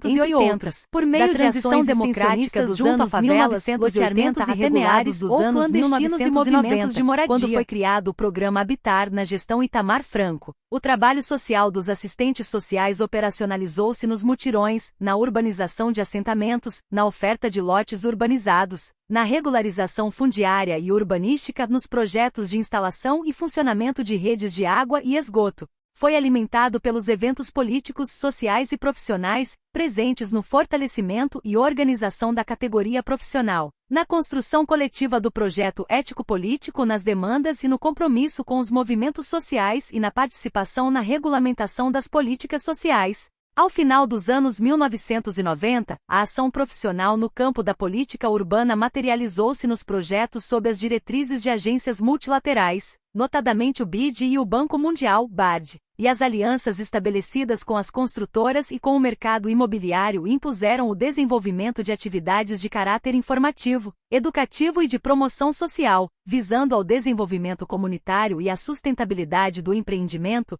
cumprindo uma agenda reformista nacional sob a dupla chave da democratização e da melhoria de sua eficácia e efetividade. Cita, Dribe, 2002 Apud Castro, 2009. Em 1998 foi publicado o Manual de Instruções do Habitar Brasil, definindo ações de fortalecimento da mobilização, de capacitação profissional e educação sanitária, sob a forma de contrapartida com recursos de 1,5% do valor do investimento. Em 1999, o novo manual é divulgado, com mudanças nos recursos a serem disponibilizados. Segundo Lima, destaca-se o trabalho social como uma das principais mediações para a materialização das metas institucionais, num horizonte de democratização da gestão pública e, ao mesmo tempo, da disseminação do discurso neoliberal, do fortalecimento do poder local e do empoderamento da sociedade civil. São exemplos de projetos financiados por agências multilaterais, o Programa Habitar Brasil BID, o Programa Favela Bairro, o Programa Morar Melhor. Cabe registrar que o trabalho social e a regularização fundiária foram considerados elementos estruturantes nos projetos integrados de construção de moradias, com vistas a consolidar o Programa Habitar Brasil BID. Esse trabalho social apresentava 3 objetivos: mobilização da participação e organização da comunidade, educação sanitária e ambiental e geração de trabalho e renda. A metodologia deveria ser planejada de forma a acompanhar as etapas da intervenção física antes das obras, durante as obras e após as obras, além de prever também o pós-ocupação. Conforme documentos do programa, entendia-se como trabalho social a ser desenvolvido por técnicos sociais, incluindo os assistentes sociais, a mobilização e organização comunitária, a capacitação de lideranças, a educação popular, o apoio à educação formal e combate ao analfabetismo, a qualificação e requalificação de mão de obra, o incentivo a grupos de produção, a constituição de cooperativas ou associações de produção e a preparação das famílias para a adequada apropriação dos serviços de infraestrutura e equipamentos sociais. Cita, Habitar Brasil BID, Ministério das Cidades. A IN 27 de 2007 normatiza o trabalho social na construção habitacional para famílias de baixa renda e no apoio à melhoria das condições de habitabilidade de assentamentos precários. Em 2008, é publicada a IN 50, que normatiza as ações profissionais em 2 manuais específicos para o desenvolvimento do trabalho social, abarcando a provisão de moradia e a urbanização de favelas. Em 26 de março de 2009, é publicada a IN 8, que regulamenta o trabalho social realizado em intervenções de provisão habitacional e urbanização de assentamentos precários. Logo após a publicação da IN 8, é divulgado pela Caixa, em novembro de 2010 e completado em março de 2011, o Caderno de Orientação Técnico-Social (COTS), com a finalidade de orientar as equipes técnicas para o desenvolvimento do trabalho técnico-social em programas operacionalizados pela instituição. Esse documento é reformulado em 2012, ampliando o escopo das normativas nas orientações dos programas Minha Casa Minha Vida e do PAC, em pleno processo de reformulação da IN 8, finalizado em 2014, com a publicação do Manual de Instruções do Trabalho Social nos Programas e Ações do Ministério das Cidades, pela Portaria 21, de 22 de janeiro de 2014, sob o discurso de setores governamentais, de atender aos desafios que o programa coloca, de qualificação do repertório de ação, sustentabilidade e fortalecimento de capacidades institucionais para a realização do trabalho social em escala. Com a publicação do Manual de Instruções, alteram-se os valores dos recursos assegurados para o trabalho social. Na atualidade, o modelo econômico em crise não se propõe mais a cantar as glórias do neoliberalismo, cita Tolhane, 2011. A doutrina neoliberal e a aplicação de seu receituário de política econômica vem diminuída sua área de influência diante da ideia agora defendida de um capitalismo sério, produtivo e democrático, cita Mota, 2010. Nesse contexto no qual se observa a presença de um Estado forte que investe na construção de infraestrutura econômica e social, e ainda na ampliação de conglomerados brasileiros privados, para torná-los competitivos no mercado internacional, cita Maricato, 2011. O trabalho do assistente social na política urbana depara-se com as contradições e desafios no enfrentamento à violação e na defesa do acesso aos direitos, tendo em vista os programas urbanos que são implementados ao arrepio da política. Referindo-se aos limites e possibilidades dos direitos no capitalismo, assim colocam Bain e Boschetti, o reconhecimento desses limites não invalida a luta pelo reconhecimento e afirmação dos direitos nos marcos do capitalismo, mas sinaliza que a sua conquista integra uma agenda estratégica da luta democrática e popular, visando a construção de uma sociedade justa e igualitária. 2. O trabalho do assistente social na política urbana, estratégias políticas e profissionais. O trabalho social na política urbana, exercido por assistentes sociais sob a direção do projeto ético-político, deve estar orientado na perspectiva do direito à cidade. Nesse sentido, o desafio está na apropriação do seu significado social no processo de reprodução das relações sociais, ante as profundas transformações que se operam na organização e consumo do trabalho e nas relações entre o Estado e a sociedade civil com a radicalização neoliberal, cita Yamamoto, 2009, refletidas na questão urbana.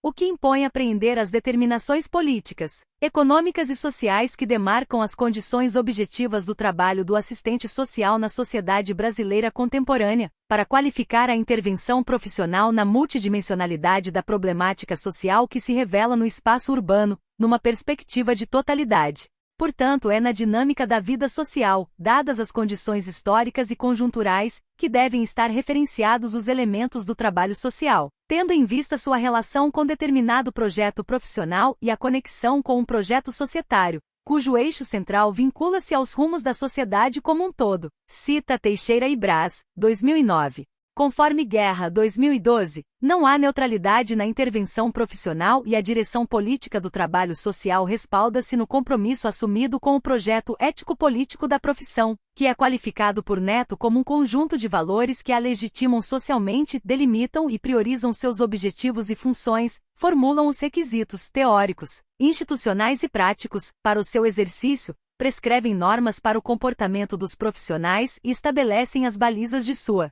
relação com os usuários de seus serviços, com as outras profissões e com as organizações e instituições sociais. As referências históricas na construção desse projeto merecem ser permanentemente lembradas, por serem resultado de lutas coletivas que possibilitaram saltos qualitativos na trajetória profissional e respostas profissionais orientadas, teórico-metodológicas e ético-políticas. A apreensão das determinações e a visão histórico-processual da realidade são elementos que contribuem para identificar os limites dados pela estrutura econômica, capitalista e no mesmo movimento para alimentar a convicção de que todas as coisas e todas as ideias movem-se, transformam-se, desenvolvem-se porque são processos. Mas só se tornam processos pela ação de homens e mulheres, sujeitos históricos capazes de transformar a história. Nesse sentido, o trabalho social exercido pelo assistente social na política urbana deve pressupor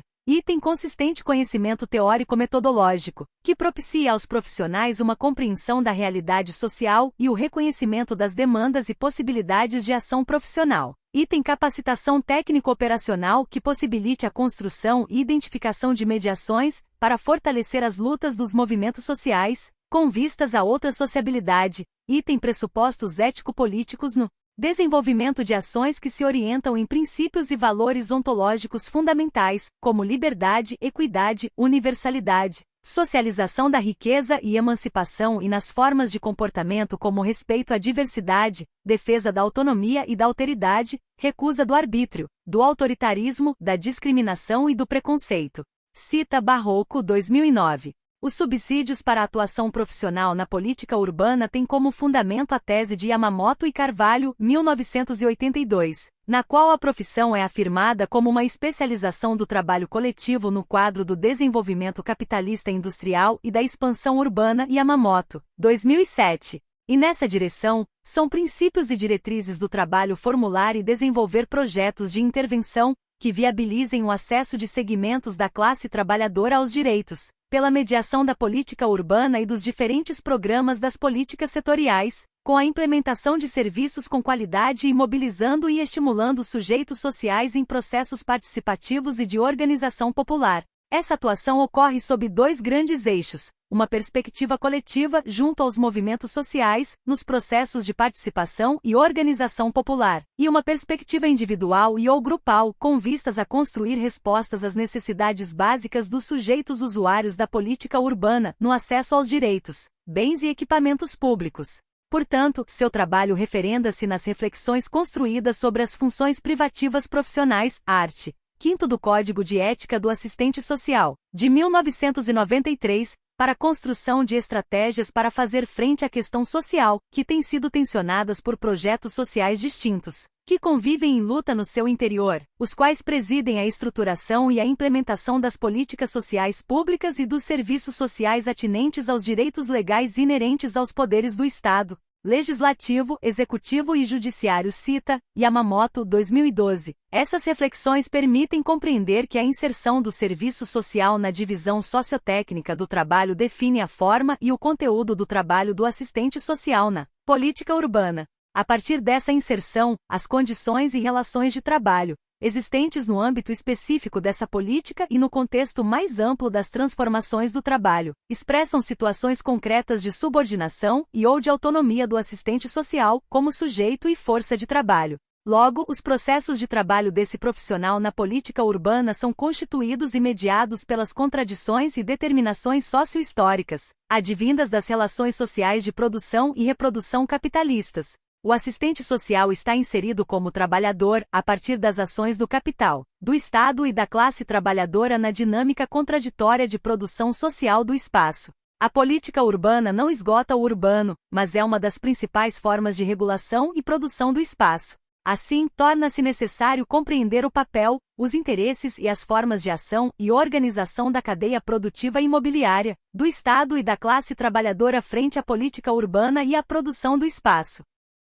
A título de exemplo, a experiência de maior ou menor alienação do assistente social como trabalhador da política urbana está diretamente vinculada à forma como mesmo vivencia as condições e relações de trabalho. Ser trabalhador da carreira pública do Estado com a estabilidade e proteção do trabalho, pressionado pelas políticas produtivistas de reestruturação das carreiras, ou ser trabalhador subcontratado por processo de terceirização ou quarteirização do trabalho social, ou contratado por tempo determinado sem estabilidade, estabelecem condições de possibilidade distintas para o exercício do trabalho de assistentes sociais. Contudo, não encerram ou explicam as determinações desse trabalho. Há também a própria dinâmica da política urbana, que fragmenta ainda mais a divisão do trabalho entre os que planejam, os que monitoram e os que executam, estilhaçando a temporalidade da política, planejamento, execução e avaliação das ações, em experiências concretas de alienação, de trabalho repetitivo, de padronização e estandardização das formas de realização do trabalho, de esvaziamento do sentido criador, processual, coletivo e intersetorial do trabalho. Se por um lado, as requisições ao trabalho do assistente social, nesse campo socio-institucional, são majoritariamente definidas pelo Estado ou pelo mercado privado. Por outro lado, o trabalho profissional recebe cotidianamente as pressões coletivas e individuais das famílias trabalhadoras pobres urbanas, beneficiárias da política urbana. Os conflitos e problemas decorrentes das formas e ausência de planejamento da política urbana e da reprodução desigual do espaço eclodem sobre o trabalho do assistente social na forma de demandas reprimidas, ausência de serviços e violação de direitos dessas mesmas famílias, para citar alguns exemplos. São condições e relações de trabalho que orientam a dimensão estratégica do trabalho social, que está na articulação das lutas pela radicalização da democracia, com o fortalecimento dos movimentos sociais da classe trabalhadora, constituindo-se em um conjunto de ações de caráter socioeducativo e ações voltadas para a mobilização e organização dos sujeitos sociais, que se complementam e articulam. Desenvolve também ações de planejamento, gestão e coordenação e de assessoria e formação profissional. Nesse sentido, as ações profissionais na política urbana devem ser operacionalizadas no campo da intersetorialidade, o que significa considerar conhecimentos e práticas de profissionais de outras áreas de conhecimento, os quais, apoiados na dimensão da totalidade, possibilitam estabelecer uma interlocução necessária para superar a fragmentação dos saberes e romper com a naturalização, a psicologização e a moralização das expressões da questão social. Cita, Ortiz, 2010. Isso para assegurar as condições de acesso às políticas e aos direitos, com vistas ao fortalecimento dos sujeitos coletivos e ao estímulo à apropriação do espaço público de forma participativa. Sob essa perspectiva, coloca-se a importância da negação do participativismo, ações apoiadas no ativismo das demandas fragmentadas e no imediatismo das respostas que reproduzem interesses singulares, e a retomada do conceito de participação, que, segundo Diniz, 2012, é um instrumento de legitimação e fortalecimento dos institutos democráticos e coloca a possibilidade de ampliação dos direitos, contribuindo para transformar o cidadão comum em um sujeito de direitos. Nos processos participativos, a organização política das classes populares consolida espaços de poder e permite a ampliação da visão de mundo, com o salto do senso comum para o senso crítico. Espaços de participação são espaços de poder, de mudanças sociopolíticas, porque são espaços possíveis de enfrentamento das contradições e conflitos de classe. A partir do exposto serão explicitadas as principais ações desenvolvidas pelo assistente social, sob os pressupostos da autonomia profissional que, ainda que relativa, cita Yamamoto 2009, expressa uma perspectiva de classe. As ações são de caráter socioeducativo, item atuar na perspectiva da totalidade contra uma visão fragmentada da realidade social, item construir o perfil socioeconômico da população usuária da política urbana, evidenciando as condições determinantes e os condicionantes da precarização do modo de vida, com vistas a possibilitar a formulação de estratégias de intervenção e a produção de informação qualificada, item entender o cadastramento que é realizado com famílias e grupos sociais, usuários da política urbana, como um importante instrumento de informações e identificação de demandas que possibilita a apreensão, tanto de suas expressões culturais, políticas e econômicas, quanto das múltiplas faces da violência, item promover espaços de discussão com a população, problematizando a realidade, em um exercício permanente de conhecimento e análise da realidade. Item identificar as representações e problematizar as percepções que os grupos sociais têm sobre sua realidade social. Item garantir espaços e processos de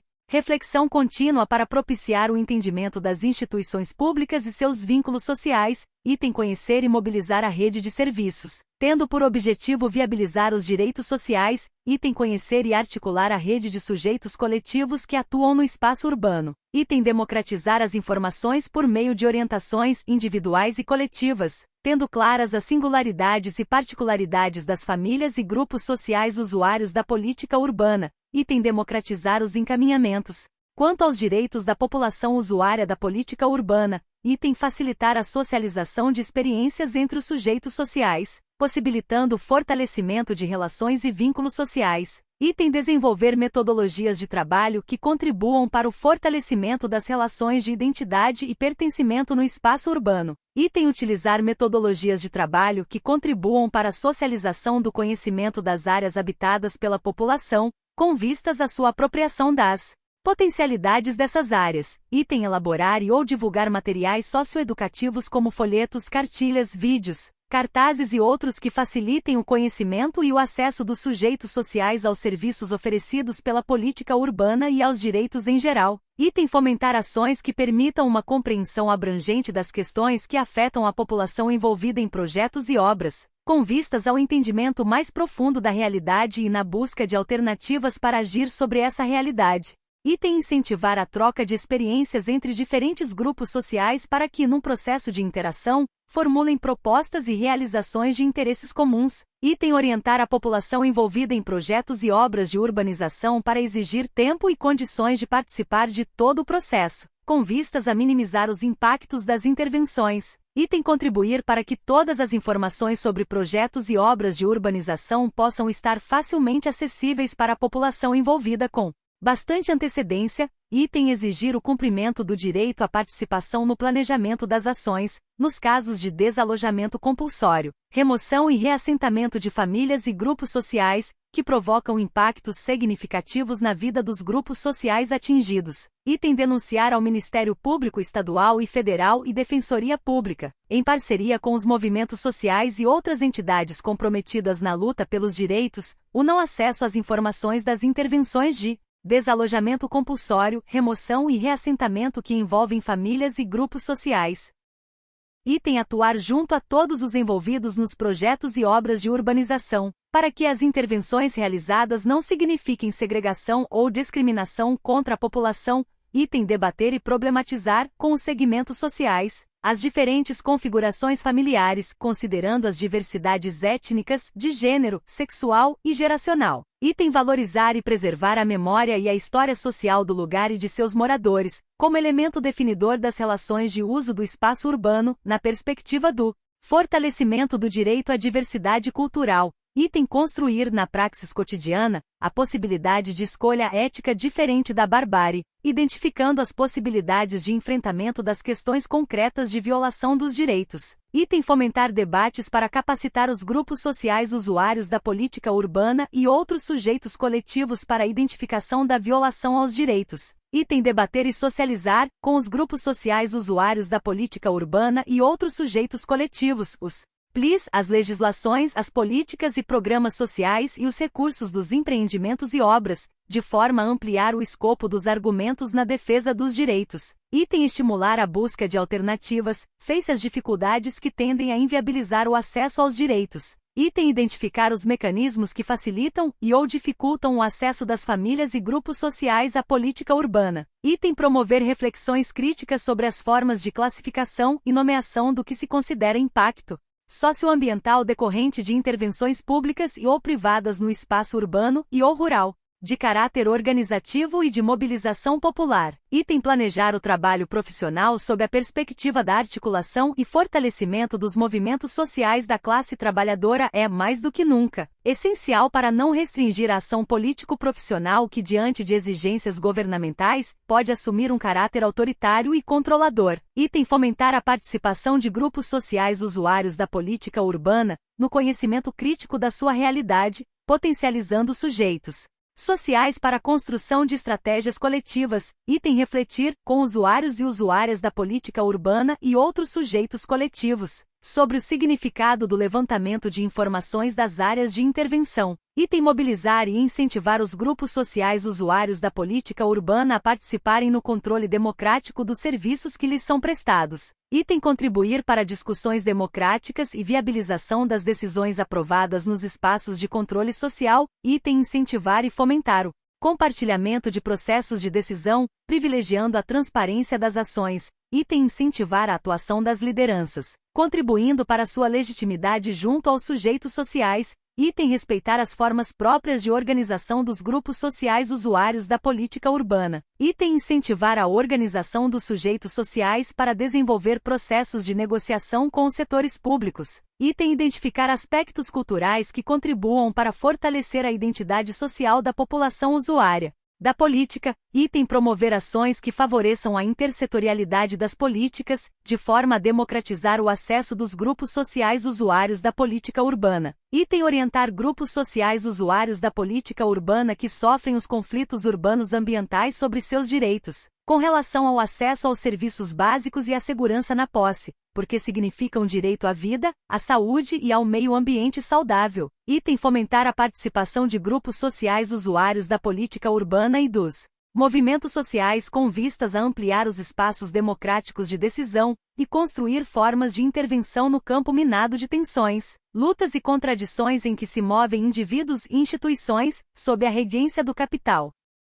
Item mediar a construção de respostas sociais e políticas para atender necessidades sociais da classe trabalhadora que demandam direitos, bens e serviços necessários à reprodução de suas vidas com vistas a reafirmar permanente, contínua e cotidianamente os valores e princípios do projeto ético-político profissional. Item debater, com os grupos sociais usuários da política urbana e com os movimentos sociais, as respostas que são construídas frente à questão urbana. Elas não devem se restringir à construção de moradias ou de reassentamento de famílias, de forma a reproduzir o isolamento de grupos sociais, sem a perspectiva de desenvolvimento econômico-social. Item debater com os grupos sociais e movimentos sociais sobre a moradia como um direito social e humano, o que remete ao acesso à cidade a partir de intervenções físicas, jurídicas e sociais, que garantam a segurança na posse e potencializem o enfrentamento da pobreza. Item aprofundar o debate com os grupos sociais e movimentos sociais, com vistas a buscar mecanismos para exigir e consolidar os direitos, fazendo enfrentamento ao modelo político-econômico que sobrepõe o econômico aos fins sociais. Item mobilizar os grupos sociais usuários da política urbana em torno de um processo de conhecimento recíproco e da articulação com formas de organizações já existentes, no bairro e no espaço urbano.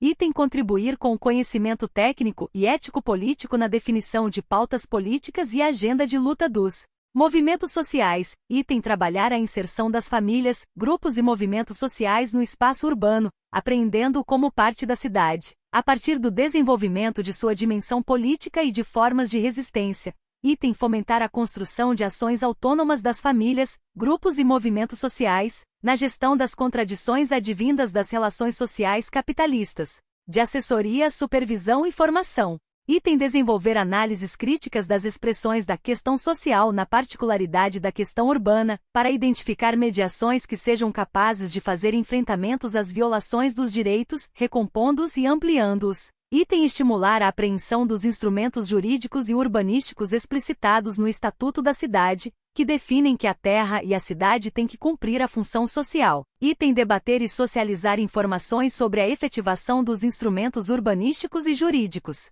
para o acesso à justiça, nas demandas fundiárias e de ocupação do espaço. Item contribuir para a instrumentalidade profissional, por meio de consultas bibliográficas, de preparação de seminários sobre assuntos de interesse do trabalho, de leituras de arquivos, bancos de dados e documentos. Item desenvolver uma formação continuada, com vistas ao conhecimento política urbana, para o aperfeiçoamento na prestação dos serviços aos grupos sociais usuários da política urbana. Item elaborar e desenvolver instrumentais e pedagogias participativas de intervenção, que possibilitem identificar as potencialidades dos grupos sociais. Item desenvolver metodologias e construir mediações que articulem e conectem a dimensão local do trabalho social com as políticas, planos, projetos e diretrizes mais gerais da cidade. Item contribuir na apreensão de mecanismos que facilitem o estabelecimento e fortalecimento de vínculos com as famílias e grupos sociais usuários da política urbana. Item reafirmar a importância do exercício profissional orientado por um plano de trabalho que articule as dimensões teórico-metodológica, ético-política e técnico-operativa. Item conhecer e buscar qualificar permanentemente as diferentes etapas do trabalho social, nos diversos programas referidos à política urbana. Item reconhecer que o trabalho social tem objetivos diferentes relativos à instituição, ao profissional e à população, e deve ser construído a partir de alianças com os grupos sociais usuários da política urbana e com os movimentos sociais de planejamento, gestão e coordenação. Item subsidiar a equipe de trabalho profissional no entendimento de que a moradia é o cenário do cotidiano de seu habitante, carregado de histórias, de subjetividade, de afetividades, de desejos, de possibilidades objetivas e subjetivas e de formas de ser e viver. Item subsidiar a equipe de trabalho profissional com informações sociais, econômicas e culturais sobre os grupos sociais usuários da política urbana e sobre os movimentos sociais. Item desenvolver, junto com a equipe, um trabalho na perspectiva interdisciplinar, resguardadas as especificidades profissionais, para superar dificuldades de entendimento da linguagem técnica específica e fortalecer a integração. Item construir, junto com a equipe, formas de articulação entre as políticas setoriais urbanas e com as políticas sociais, na elaboração de projetos integrados e multidisciplinares de trabalho social. Item assumir posicionamento em favor da equidade e justiça social, na perspectiva da universalidade de acesso aos bens e serviços relativos aos programas urbanos, bem como a sua gestão democrática. Item fortalecer as lutas autônomas na defesa de interesses das classes trabalhadoras. Item fortalecer a perspectiva da gestão democrática e participativa, com controle social. Item conhecer e divulgar as legislações, normativas e manuais que orientam o trabalho social. Item identificar dificuldades de estrutura e gestão e atuar para sua superação. Item identificar os mecanismos que potencializam o trabalho social e os aspectos estruturais e conjunturais que dificultam o processo. Item afirmar a importância dos registros e documentação das atividades desenvolvidas. Item exigir o registro sistemático do desenvolvimento do trabalho social. Item desenvolver metodologias de intervenção participativas nos diferentes espaços de atuação profissional, tais como nas reuniões, visitas domiciliares e as áreas, no atendimento individual e em grupos, nas oficinas, etc. Item socializar conhecimentos sobre a heterogeneidade do espaço urbano e a diversidade dos grupos sociais que convivem no espaço. Item elaborar e alimentar sistemas de informação participativos. Item assegurar espaços de reflexão teórica e política sobre o trabalho social. Item incentivar a formação de fóruns de debates, grupos de estudos interdisciplinares e diálogos com a academia. Item garantir a transparência e a participação na definição das responsabilidades e atribuições da coordenação e gestão de programas e projetos de intervenção urbanística e social. Item acompanhar e supervisionar o uso dos recursos disponíveis, que viabilizem a execução dos programas e da política urbana. Item potencializar a formação de uma rede de serviços sociais para o fortalecimento do trabalho social. Item criar condições para explicitar conflitos interdisciplinares e desenvolver metodologias de caráter político-pedagógico para gerenciamento dos mesmos. Item atuar nos processos de monitoramento da política urbana, de forma a contribuir para sua permanente avaliação frente às necessidades sociais e à dinâmica da realidade socio-institucional. Item elaborar formas de planejamento do trabalho social, articuladas com outros planejamentos, como o Plano Nacional de Direitos Humanos, Plano Local de Habitação de Interesse Social, Plano Diretor Participativo. Item ocupar e qualificar profissionalmente os diversos espaços de planejamento da política urbana, nas suas diferentes escalas municipais, estaduais e federal.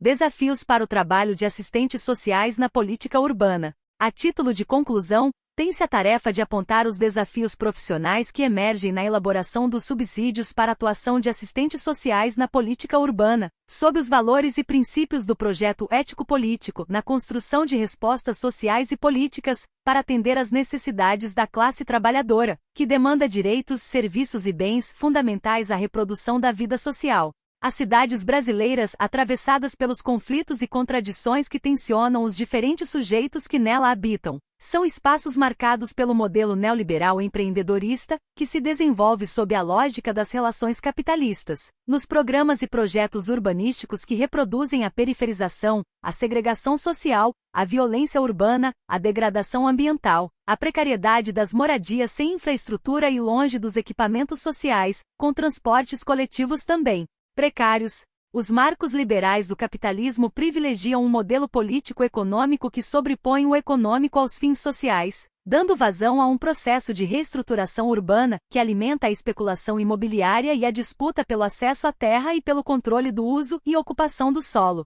As formas de ocupação e apropriação da terra no Brasil foram fundamentais para a consolidação do Estado Nacional e formação das classes sociais. A consolidação da propriedade privada no Brasil tem suas consequências até os dias atuais, ao deixar intocada a questão da terra, concentrando riqueza e poder, e tornando a classe trabalhadora refém dessa base econômica. São elementos fundamentais para entender a dinâmica das cidades brasileiras sob a sociabilidade do capital, e para impulsionar a retomada das dimensões valorativas e emancipatórias presentes no ideário da reforma urbana, na defesa da função social da propriedade e na luta por cidades que atendam às necessidades coletivas e garantam os direitos para todos ao trabalho, à educação, ao lazer, à saúde, à habitação, à criação, à participação política. O breve resgate das metamorfoses da política urbana no Brasil mostrou a forma como foi conduzida a organização do espaço urbano e sua relação com o campo, no processo de produção do capital. São mudanças que revelam uma distância entre a realidade que se propõe a transformar, na defesa da função social da propriedade e da cidade, e as normas jurídicas e os programas e projetos que são desenvolvidos, incapazes de alterar as relações desiguais de acesso à terra e à cidade e de privilegiar interesses coletivos na perspectiva da transformação da realidade social.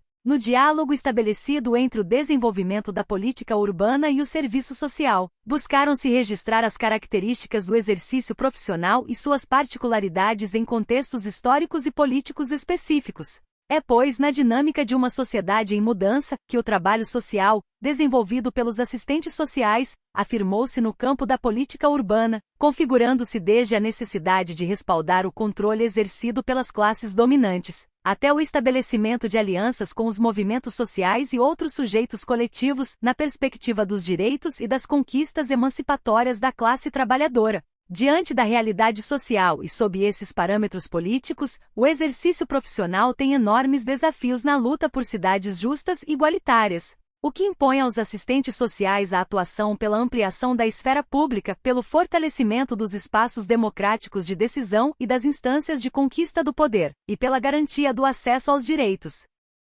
Nessa direção, o conhecimento dos dispositivos desenhados pelo sistema jurídico brasileiro, referidos ao desenho do espaço urbano, principalmente o Estatuto da Cidade, deve subsidiar reflexões e debates, na implantação de políticas de ocupação do solo, de forma a atender interesses coletivos, na implementação dos marcos regulatórios da política urbana e no desenvolvimento de projetos urbanísticos e sociais. Isso significa o reconhecimento da moradia digna como direito social e forma de possibilitar o acesso à cidade com segurança na posse e medidas de prevenção de despejos. Traduz-se na defesa do direito ao saneamento como política pública e estatal, de estratégica importância na perspectiva da saúde pública e do ambiente, considerando a universalização do acesso com qualidade aos serviços prestados e o reconhecimento do saneamento nas suas interfaces com as políticas setoriais urbanas. Cita Pereira 2013, com prioridade de atendimento às famílias pobres, moradoras de áreas periféricas das cidades. Reflete-se na defesa da mobilidade como direito e na prioridade do transporte coletivo como serviço público essencial, a ser disponibilizado com qualidade e barateamento das tarifas, garantindo o direito de ir e vir e de circular livremente nos espaços na cidade. Coloca-se na defesa de uma gestão democrática das cidades, de forma a articular o financiamento e tomada de decisão sobre o uso e destinação dos recursos públicos e os instrumentos de intervenção, com a implementação da política urbana com participação popular e controle social. Sintetizando, os assistentes sociais têm como desafio, diante da realidade brasileira, assumir o trabalho social como exercício de criação coletiva, alimentando as demandas populares por autonomia e controle social, na apropriação do espaço urbano, e adensando a luta pelo direito à cidade. Chegamos ao final de mais um audiolivro de serviço social, atuação de assistentes sociais na política urbana, subsídios para reflexão. Obrigada por nos acompanhar até aqui. Se esse conteúdo foi útil para você, não esqueça de deixar o seu like. Até o próximo audiolivro. Grande abraço!